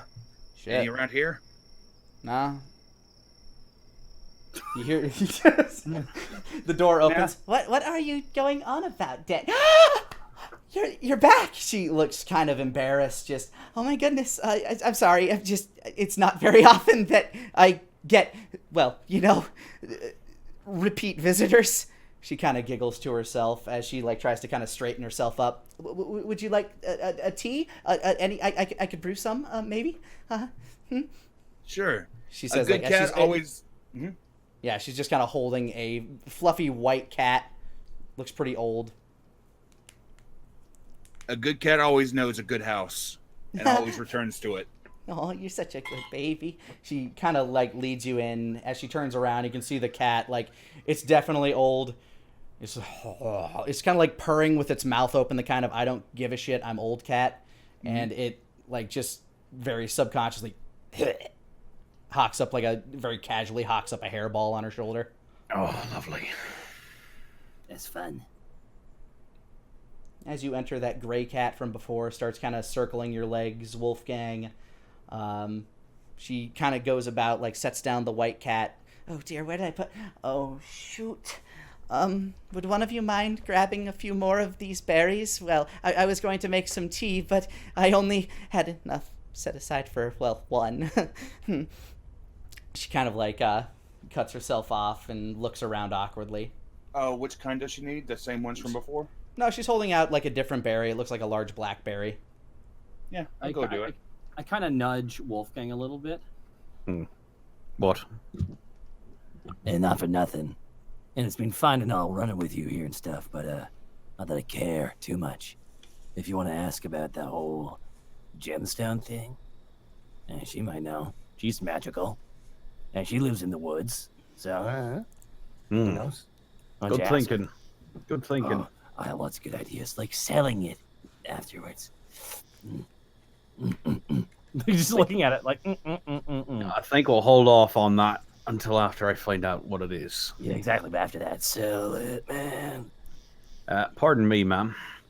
Yes, she leans up from over the kettle where she's starting a little fire. We come across something a little bit strange in our travels. I wasn't able to figure out exactly what it is, but...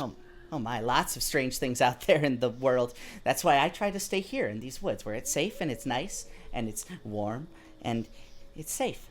She's kind of fiddling with her hands. Yeah. Well, I was wondering if you might know what this is, and I pull out the shard of that gem. All right. She looks at it around. It's very pretty, but it feels really cold. I don't like it. The cats are kind of backing away from it as well. There's an uncomfort in the air as it's kind of pulsing and glowing. And as Daenir walks out of the room, it glows and pulses a little less. Well, thank you anyway. I put it away. Thank you. She goes back to lighting the fire. Daenir, when you go outside, Daniel Peach is just chilling out there. Yo. Hey, man. He How's it walks with going? you. It's all good. So how long you been with those dudes? Well, we left home and then we walked here for a couple days and then we walked down the road for a few days. We killed zombies and we came back. So I'd say less than a week. Huh. Cool. What about you, man? How long have you been here? Oh, I don't know. As long as I can remember, I guess. I'm curious. She said that you drank a potion and now you can talk. Yep. Just seems. How strong is she? It's obvious that she's got magical talent about her. She's great, man. Yeah. Yeah. On the way in. You felt those scritches, right? Oh, dude. Bro. She is the best at scritches. Bro, I know, right? Hell yeah, cat dude. Yeah, man. Kind of like slaps his tail on the side of your leg. And I'm talking while we're picking berries that we need. Yeah, go ahead and make a survival check. You just saw the berry, but so it's not going to be a particularly high check. Yeah. Daniel Peaches once again helps you out. You know, man, she's looking for those. Like, kind of points it out. Much appreciated, man. Yeah, no problem. This area is all kinds of dangerous. Like, on the way in, dude, we saw an ogre, like 10 feet tall, half being eaten by a tree. Wow. That's cool. It's not too far out. It's just beyond the meadow where everything feels super calm and peaceful. Yeah, I'll try to stay away from that tree, though. That doesn't sound like... Yeah. I think she's right. Something's going on about the woods. And This spot's safe. He says, kind of like leaping forward, just kind of like rolling around in a sunspot with like a small pile of leaves, then kind of getting back up and shaking himself loose. Yeah. Yeah, it's a good spot, man. That's why we came back. And Daenir begins walking back in. And once he gets back in, he's going to offer the berries to Maggie. Yeah, she takes it kindly. Says, "Oh, thank you." Gives you a little scritch behind the ear. She seems a little distracted, but still feels good. Got like a 18 on her handle animal. That's pretty good. Yeah, no, it feels good. Like, it doesn't feel quite as good as last time, but maybe that's just nostalgia kicking in. So, Nostalgia goggles are a real thing, everybody. yeah, she takes the berries, she kind of mashes them up in a pestle a little bit, scoops them into a bag and drops it in the kettle, throws some herbs in with it. It should be ready in a little bit. Wolfgang, Daniel Peaches is, like, are you just kind of sitting down or just kind of standing in a corner? Wolfgang? Oh, she's just sort of standing in the corner. Sorry, cut out a little bit. Daniel Peach is like kind of curling around your legs. What's up? Not a lot. You smell good. Like you. All right, That all you had for me? He's a chill cat, man. He speaks his mind. She presents the tea. She gives you each a glass. Looks like they haven't been used in ages, or if they have, they've been rotated. And you sip, and it's pretty good. It feels calming, soothing. You each get 3 temporary hit points from it. Ooh. That's nice. Thank you very much. Miss Maggie, we came back because we made sure that the medicine was delivered that you gave. Oh, the from boy. from that small child. Yes. How did it work?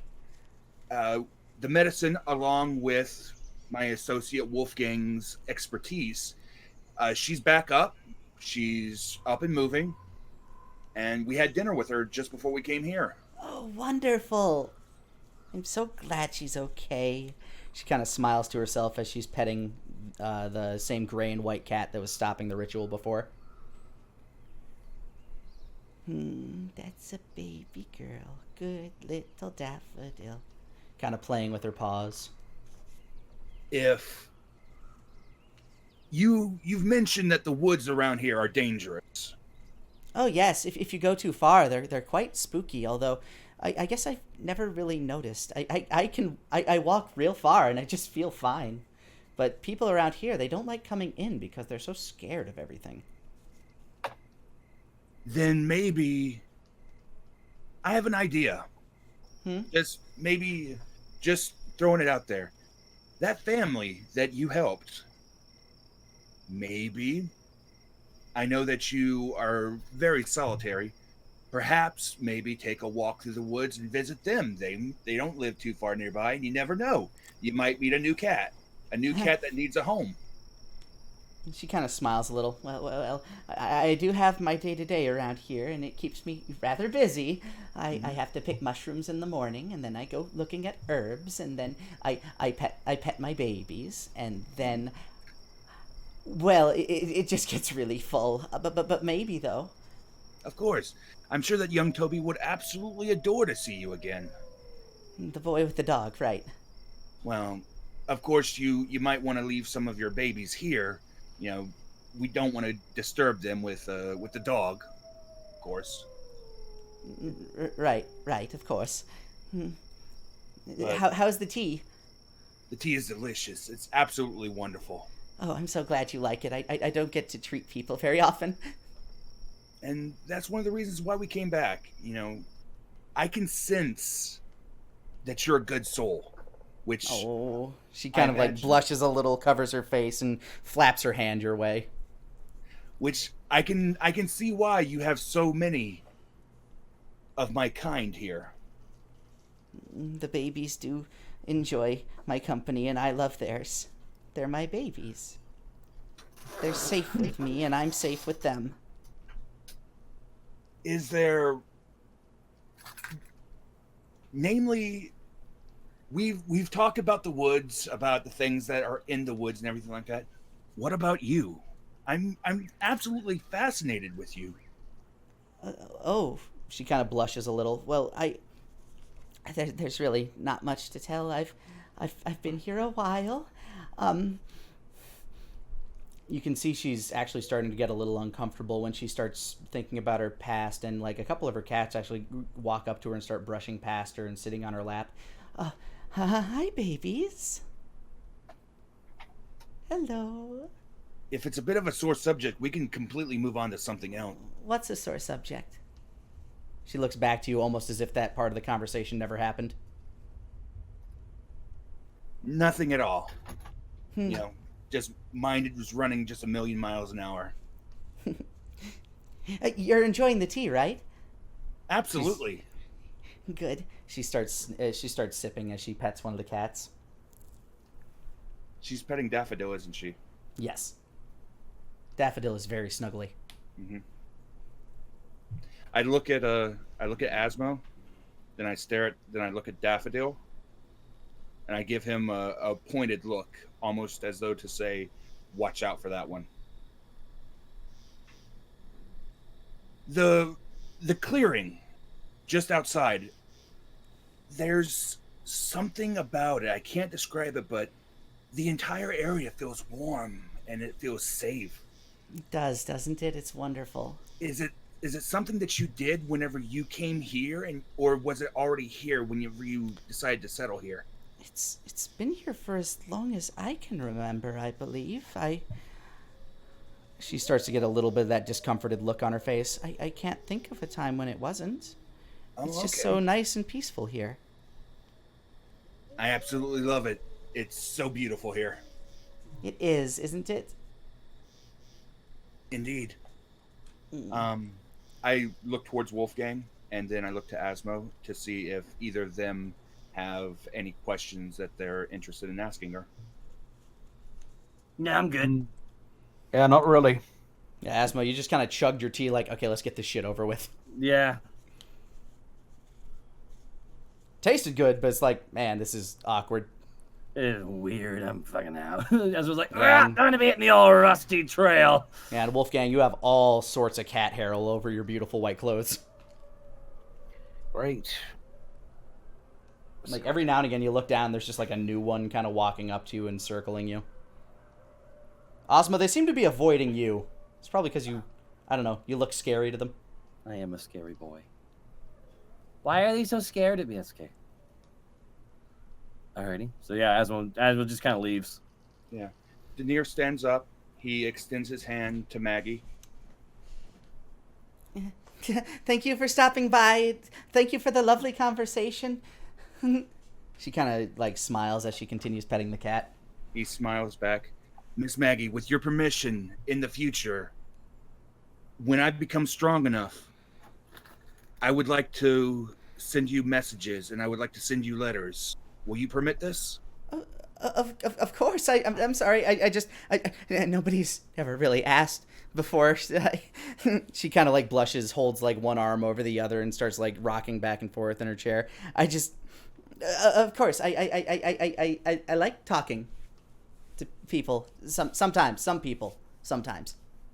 Especially people of, and he runs a hand underneath his face as to say, cat people. She kind of blushes, and kind of like nods her head.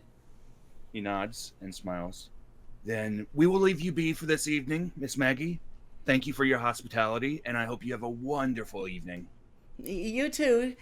Safe travels. I'm sure it will be, ma'am. And Daenir gives one final smile before he heads out.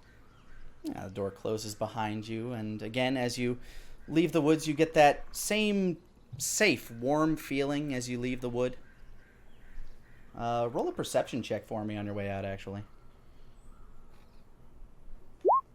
14. Okay. 16. Okay. As well. Just 16 as well. Asmo and Wolfgang, you enjoyed the tea, and you're feeling like pretty well, and with your, I believe all of you have dark vision, actually. But yeah. as you're walking around, you actually notice on the side of one of the trees is a door. Just like Asmo dead stops. What the? And he just kind of taps Wolfgang on the shoulder. Yeah, Wolfgang sees it too. What are we looking at? What is that? Yeah, and this is like further out. You're outside of the glade. What is that? If I had to hazard a guess, probably powerful druidic magic, maybe? You make that assumption, but as you approach the door, if you approach the door, do you approach the door? Angelic sight. I used detection. It's definitely magic. It is, boom, just glowing with magic. What are you two looking at? This door tree. It's freaking. There's Door a freaking. tree. There's a door on the side of a tree over there. Huh. As I'll you walk over. as you approach it, you come around the side and you see hanging there a familiar sign. Oh, no way. You have got to be kidding. I opened the door. It's the one. Hello and welcome to the Wandering Weasel. See, Lush, I told you we'd get company out here. Jesus Christ, dude. I closed the door. Yeah. Without going in. Yeah, just like, why is it all the way out here? And here specifically. That's weird. Wasn't it back in town where we were? I think they're following us. He did say it's a magic bar. But why is it all the way out here? I don't know. Maybe We're it's a the only random ones out here. location that opens up every different day. I feel like it's awkward to open the door and then close it. They're clearly talking about us. And no, but I think they're following us. Well, if they were following us, then that's weird. Let's go ask why. If they were following, Fuck it, I could use a drink. You need to pay my tab anyway. Open up the door. As you open the door, I don't understand. Welcome to the Wandering Weasel. He's looking over at Lush. Just Sorry. Did I come on too strong? And she's just kind of just sitting there, like holding her head. Jesus Christ, dude! Like, God, fucking damn it, dude! Shut up! It is like Are there way people? too late for this shit. Are there people in the tavern? It is absolutely empty. He's like, see, I told you we'd get customers. Was there something in the tea we drank at her place? Because it is what? I don't think so. Yeah, Lush just kind of sits down at the table, or sits down at the bar. You realize your door is on a tree in the middle of nowhere, right? Oh, yes, I heard that there were soldiers heading north, and I know how the boys like to drink when they can get away from the base. So I thought, we'll set up here for the night, and lo and behold, told you, Lush, we'd get customers. Wait a minute. You lot look familiar. We were in here a few days ago. Yeah, about a week back. So we were all conscripted into that little go put out the army's fire moment. Well, same batch of customers within a month. What are the odds? What Yeah. are the odds? He says, kind of like glancing you over. What are the odds? Astronomical, if you ask me. Though, what can I do for you? Insight check. Go ahead. 20 modified. Yeah, astronomical. Who knows? It's crazy. Mm. This guy's just smiling at you. He's got like, if you even think he's lying, God, it would be impossible to tell. Okay. I'll take a seat at the bar. I'm gonna sit down. He just sat down. Cat Gonna just sat down. take off my hat and just set it on the bar counter. Oh, would you want that? Do you want us to take that for you, sir? No, One of the invisible servants kind of walks up, like offers to take it. They aren't wearing the same sort of dress as before. It seems to be something a little frillier. fine. She offers to take your coat as well. Yeah, why not? She takes your coat and your hat and kind of like takes around to like a corner room. So what could I get you boys? Some food, some drink? I could go for some food. What do you have? Do you have any apps? What appies do you have? Well, today we have a delicious pot pie made from local game. Not bear, is it? No. God, who would eat bear? Not ogre, is it? Ew. God, foul beasts. No. We found one of those not too long ago, half eaten by a tree. Crazy. Yeah, you kind of plunkered yourself down into the middle of Spook Central. These woods are apparently very spooky. You don't say. I haven't even noticed. I mean, there's a few wolves on the way in, but there's no problem. They just kind of left us be. Did they order a drink? Please, I don't accept wolf gold. I don't even think wolves carry gold. If they did, I might accept it. Wow. I can't believe you just say that right to my face. I'm sorry, sir. I don't believe we've been properly introduced. Or have we? We have. Wolfgang! Yeah. That's the name. Got it. First try. Yeah. I've shaved a little bit since we met first time, but... You do clean up well, lad. You do clean up well. So Still want, whiskey, was it? Yep. He kind of, like, waves out one of the female, like, invisible female servers, sets a glass in front of you. He pulls up a bottle and just starts pouring. Duke! I do believe you still owe me about 5 silver for that last bottle. You hear that, Daenir? Yes, I did. And I will give him the 5 silver, since I bought the first drinks for these folks. This round is not on my tab. Fair enough. I've got money anyway. All right, so he sets down that... here, I'm going to turn off these outdoor wood noises, because that doesn't make sense. Oh, woo! But yeah, he sets the drink down in front of you, and just, there we go. That's better. That's tavern music. For a second there, I thought you were about to sing the birthday song. Yeah, No. it sort of sounded like the startup. Dun dun dun. Yeah, one of the invisible servants in the corner just starts playing a piano. There we go. Now it's much more festive in here. What? Hey, say what, Lush? For real, just stop talking. I have a headache. She's just kind of leaning. Is it because you drink too much? Is it because you drink too much? That's you, and yes. That's me. I I love would this also. place. I would like. What do you have on tap? Well, we got here some fine local ales made from pumpkin. We got some old wheat ales, and we've got hard liquor. I will be going for the pumpkin. That sounds good. Coming right up. He starts pouring a glass. He starts pouring a mug of the pumpkin ale gives you a nice amount of head to it and just kind of sets it and slides it down in front of you.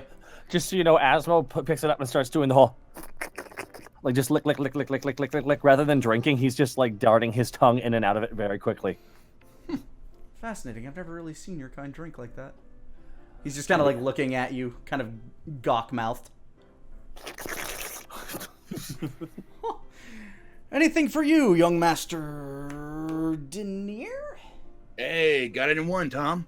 Ah, in one. Some honey meat if you still have it. I do believe we might still have one cask left. I'll have the girls check the back. Ladies! One kind of steps around, just heads to the back room. So what brings you to this part of town? Or the world, or the wood, wherever we are. Well, we've recently dealt with a undead problem. Oh, ghastly creatures they are. Terrible tippers. What would you know of the undead, Tom? Met a few in my day. I travel all over the world. Really? They Yeah. are exceptionally rare. Well, in these parts, maybe. He kind of says, giving you kind of like a knowing look. Hmm. Not further north in the Night Kingdom. Well, you're hard to find a mage that doesn't want to bring one in with it. Quite. Another glass for you, lad. You talking to me? Yes, either of you. He kind of points at like the quarter-empty whiskey glass and the half-empty ale glass as the server brings you out a small cask of honey mead. Hey. There she is. Here's $1 million question for you. What was his name again, by the way? His name is Tommen. right? Tommen. Yeah, Tommen. What was your name again? Tommen? Tommen. Yes, Tommen Ipombus, though most just call me Tom. Have you ever heard? I want to see if he knows this. Because when we were up there, we fought a little boy necromancer. His eye was like just bright purple. He was Fascinating. talked about his god. Please do go on. I do love a tale. Apparently the god he served is called the Bleeding God. Wow, that cut off. That was on purpose. The bleeding god, you say? Yeah. Fascinating. Absolutely fascinating. And this boy, you ran into him, yeah? Well, he kind of ran into Wolfgang, and then Wolfgang ran him over. His eyes widen a little bit more at that. Absolutely fascinating. What did he tell you there, Wolfgang? He's licking his finger. Cut that out. I don't suppose you have a cherry in your mouth, huh? Drinking rowing my drink. Somebody want cherries? I have a bushel of them. But that boy with the glowing eye, you said he was looking for a bleeding god. Yeah.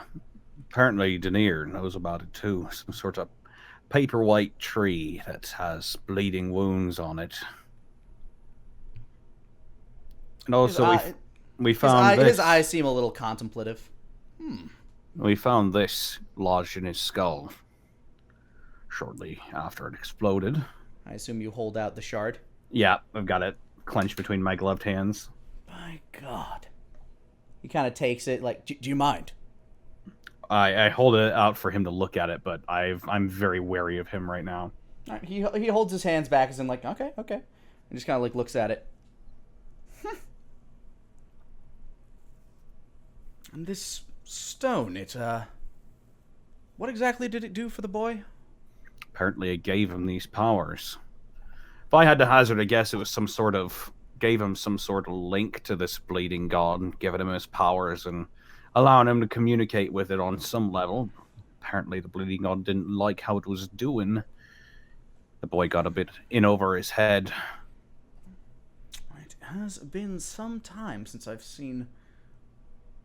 Well, I guess not that long. That boy has some in his pocket. He points over to you, Daenir. But So long since I've seen it with my own eye. Huh. What do you know of it? Not a whole lot, I'm afraid, but I do know that whatever it means for you boys to have it, I ain't got no glory to offer you that isn't about to come to you itself, it seems. What? Finish drinking the drink. Another one for you, sir. Oh, do I want to go for 2? Yeah, I'll go for 2. Yeah, he's kind of like motion like, of course you do. Come on. Yeah, let's go for 2. All right. Wise choice, sir. Wise choice. What else are we doing tonight? No, He pours no. you a glass. Well, first of all, apparently, according to what I've heard, that gemstone there is worth so much money to the Oh, right yes. nobles. To the right people is worth quite a bit, and to the wrong people, I suppose. He kind of mutters to himself. You That's meet why- so many on the roads. That's why I'm hanging on to it, is until I know what it is exactly. Well, sir, the fact that you have ended up in the company of not one piece, but 2 pieces of that particular stone. Fascinating. He just kind of smiles. You seem to know quite a bit about it. I know quite a bit about quite a lot. He smiles. Stories are one of my favorite things to trade in. Really? Oh, yes. He looks back at you, just kind of smiling. Have You you boys ever seemed in a bit of a hurry last time, but... Have you ever heard of the Watcher's Stone? The Watcher Stone. It's a story from a long time ago. If you're interested, I can tell it to you. Well, let's see if it crosses over with any I might know. Maybe I'm just not familiar with the title. Well, to know the legend of the Watcher's Stone, one has to go back to a long time ago. Far to the south, a town had been besieged by fever.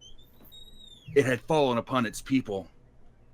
Medicine had quickly run out, and the villagers were unable to get more. You see, the woods surrounding the village was home to a monster.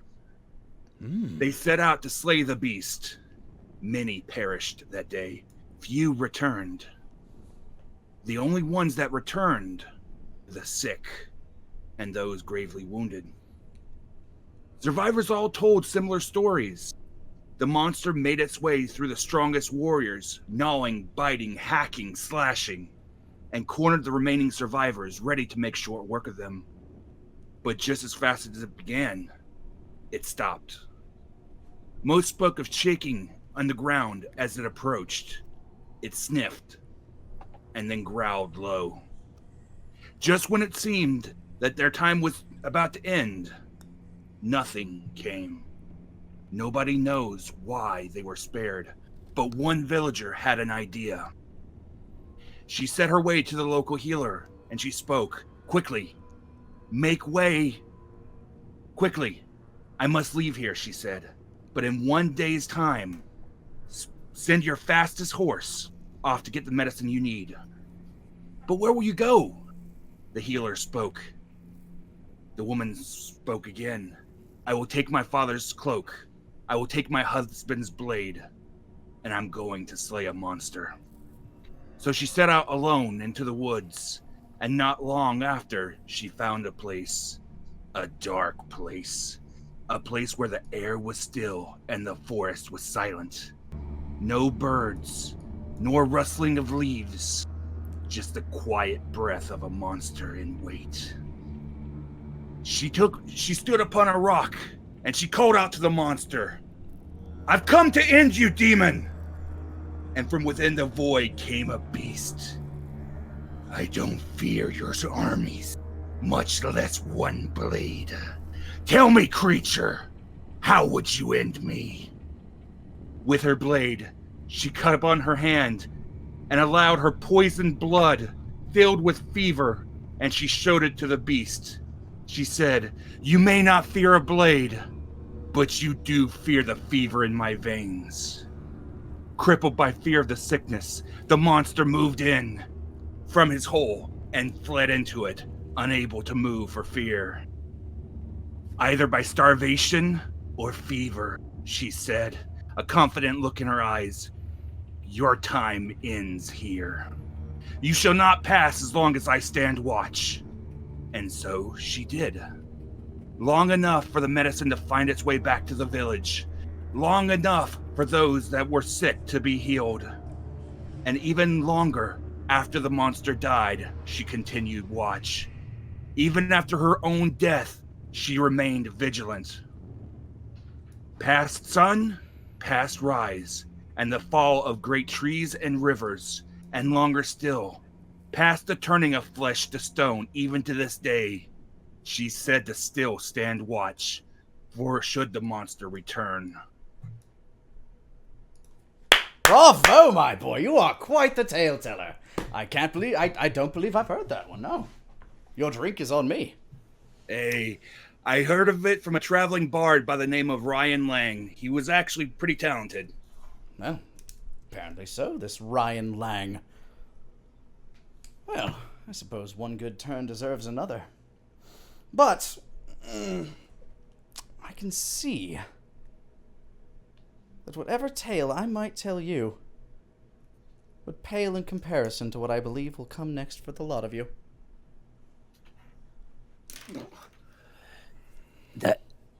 That's really ominous. That I would is agree. Pretty ominous. What do you know that we don't? Quite a bit, and quite a bit that I don't. He claps his hands. I say in Celestial. Who are you really? His eyes perk up, and he speaks back to you in a very similar tone. Hold on. As man, I forget how to do whispers, but I'll message you on Discord. Okay. The rest of you hear a kind of a sound. How strong is this drink? I'm worried it's too strong, and I'm immune to poison, so I gotta drink a lot.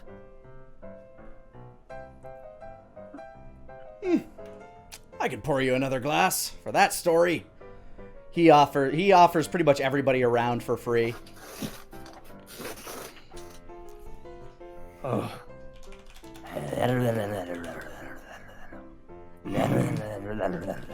Stop that. No. It's like you see this tongue darting around the drink glass. Yeah. He just kind of smiles at you, even though the answer is pretty unsatisfactory to your ears. Yeah, I would know that not a lot of people know Celestial, right? You'd know that. Like, very, very few would probably know that language. Basically, you almost thought, like, for the longest while that it was just a secret code between your family. I mean, even Jamat can speak it, but only because he's been around your family for so long. And even then, he still slurs quite a few words.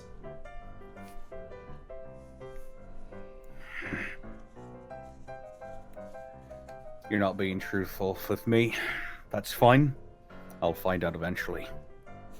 I'm sure you will. I'm sure you will, lad. He smiles. Until then, keep supplying me with liquor and we'll be just fine. You got it. He gives you a wink, and he just pours you another one as the music ends. And the music starts up again. Oh. Sorry. I had to click over to the tab. Yeah, you guys get a bunch of information, you get liquored up, and eventually you stumble out into the night and head back to camp. Your march takes you back down. Same few days, nothing really eventful on the rest of this walk as you finally make it back to town. Amber Glade. There are many people there to greet you, some cheering on. And yeah, Jamat's there holding your infant son Wolfgang, smiling. They'd sent ahead a scout apparently on a horse just to let them know, yeah, no, people are coming. And there's a bit of a festival, and like they throw like a nice feast that night.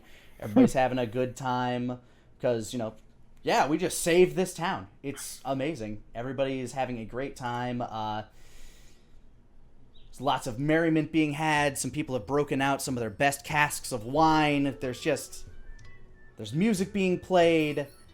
Families are being reunited. There's a lot of tears and joy and cheers. Damn. I'm gonna stick around the fair with Elliot and Jamaat. Yeah. Oh. So like Jamaat hands the infant child to you. The baby kind of coos at you. Da, da, da, da. Kind of paws at your hat. Asmo slithers on up. Well, well, well. Mr. Wolfgang is a family man. Snack! Snack! Oh, Snack! That's right. He is a snake. Very good boy. He's kind of pointing his arm and bouncing it at you, Asmo. Oh, me! I just point go like, oh, me? A snake? Where? I turn my head around. As you open your mouth to talk, he points at your teeth. Sharp! Sharps! Yeah. You've been teaching him some words, haven't you, Jamaat? Well, I've been doing my best, Master Wolfgang. How was your journey? He offers you a mug of ale for your other hand. Wolfgang takes a sip and just pauses for a moment. Enlightening. You don't say. Yeah. You do seem to be a different person upon returning, I will say. It's, I'll tell you about it when we get back to the house. You got a bit of that old glow about you. He kind of nudges your knee. Ugh, hope not literal. He smirks. Can I get anything for your friends, Master Wolfgang? He points to Asmo and Daenir, who are just kind of standing there. Ooh. You know, I have a thing now for beer. It's really, I like it. I don't usually drink the harder stuff, but beer. It's so many different kinds of awful. Mug of ale, absolutely, sir. Your name, by the way? I'm Jamaat. Jamaat. Atson. Yes, I just do. I put my feet together. And I do like little, like, kind of like, I guess like it's kind of like a bow, but I stretch my hands out like Randy Orton pose as I bow down. Asmo. You may call me. He kind of like glances up to you, Wolfgang, like bit of a braggart. This one. Just give him a Very nod. nice to meet you. Very nice to meet you, Master Asmo. I smile with the golden teeth. Thank you so much. And that ale sounds good. Oh my God, fireworks! Yeah, people are firing. Like, actually, Old Man Lex, who's like sitting off in the back, is just doing some prestidigitation, trying to like fire off some pretty lights in the sky, setting off some gunpowder. Ooh, I take my beer and I wander off towards that. Anything for you, Master? Kind of like points to you, Daenir. I extend my hand to shake his. Daenir Highwind, and I'm good. Oh, it's a pleasure to meet you, Mr. Daenir Highwind. Indeed. I hope you took good care of the master while you were up there. We looked after each other well enough. I'm glad to hear it. Yeah, this one's pretty good with slinging spells himself. You don't say. Yep, rather impressive, actually. Well, I ain't never been much for the spell slinging, but I know a thing or two about tinkering. He just kind of gives you a little nod. Best He in the goes off world. he smiles as he goes off. Now, if you'll excuse me, Master, I've been looking after Master Elliot for some time. I'd like to get a beer. Go have some fun. You deserve it. Thank you, sir. As he wanders off, he has a little spring in his step, clicks two of his heels together as he wanders off. I just imagine that double click and just the whole like, I'm gonna find some ladies. Going to like get him me already. a woman. Osmo, as you wander off to go find the fireworks, you run into Garrick, who's just being swarmed by people. So there we were, in the woods. These two bears hounding this child, and he looks over to you. And I look at Garrick for a moment and I go, And all of a sudden, in the middle of combat, his giant blade swings down and kills one of them. He gives kind of like the crowd just looks at you. Yeah, cheers.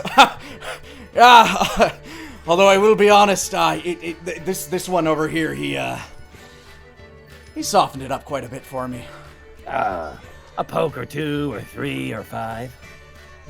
He kind of gives you a smile as you wander through.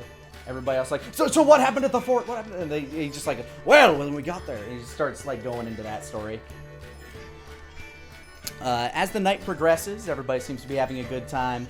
You eventually go back to your places of living. Asmo, you actually were offered a place to stay at the local tavern, which, you know, you're getting some respect around here because you don't really have a house. You were just traveling through town trying to make a buck or two. But this guy, like, you know, after some encouragement from Garrick, offers you a place to stay at the local tavern. He lets you stay in his loft near his pantry, which is it's essentially serves as the local inn. Loft. What we're looking at for square footage? I'm joking. You know, maybe about 10, 15 square feet. It's nice. You climb a ladder and you've got a bed there.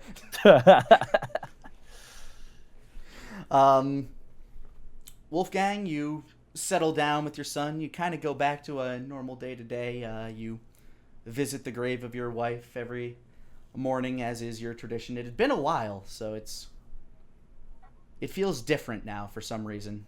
Something feels stirred in you, and you're not entirely sure why. Daenir, you go back to your studies, and actually, to your surprise, Old Man Lex actually purchased another book for the library from a local trader. He gifts it to you as a return.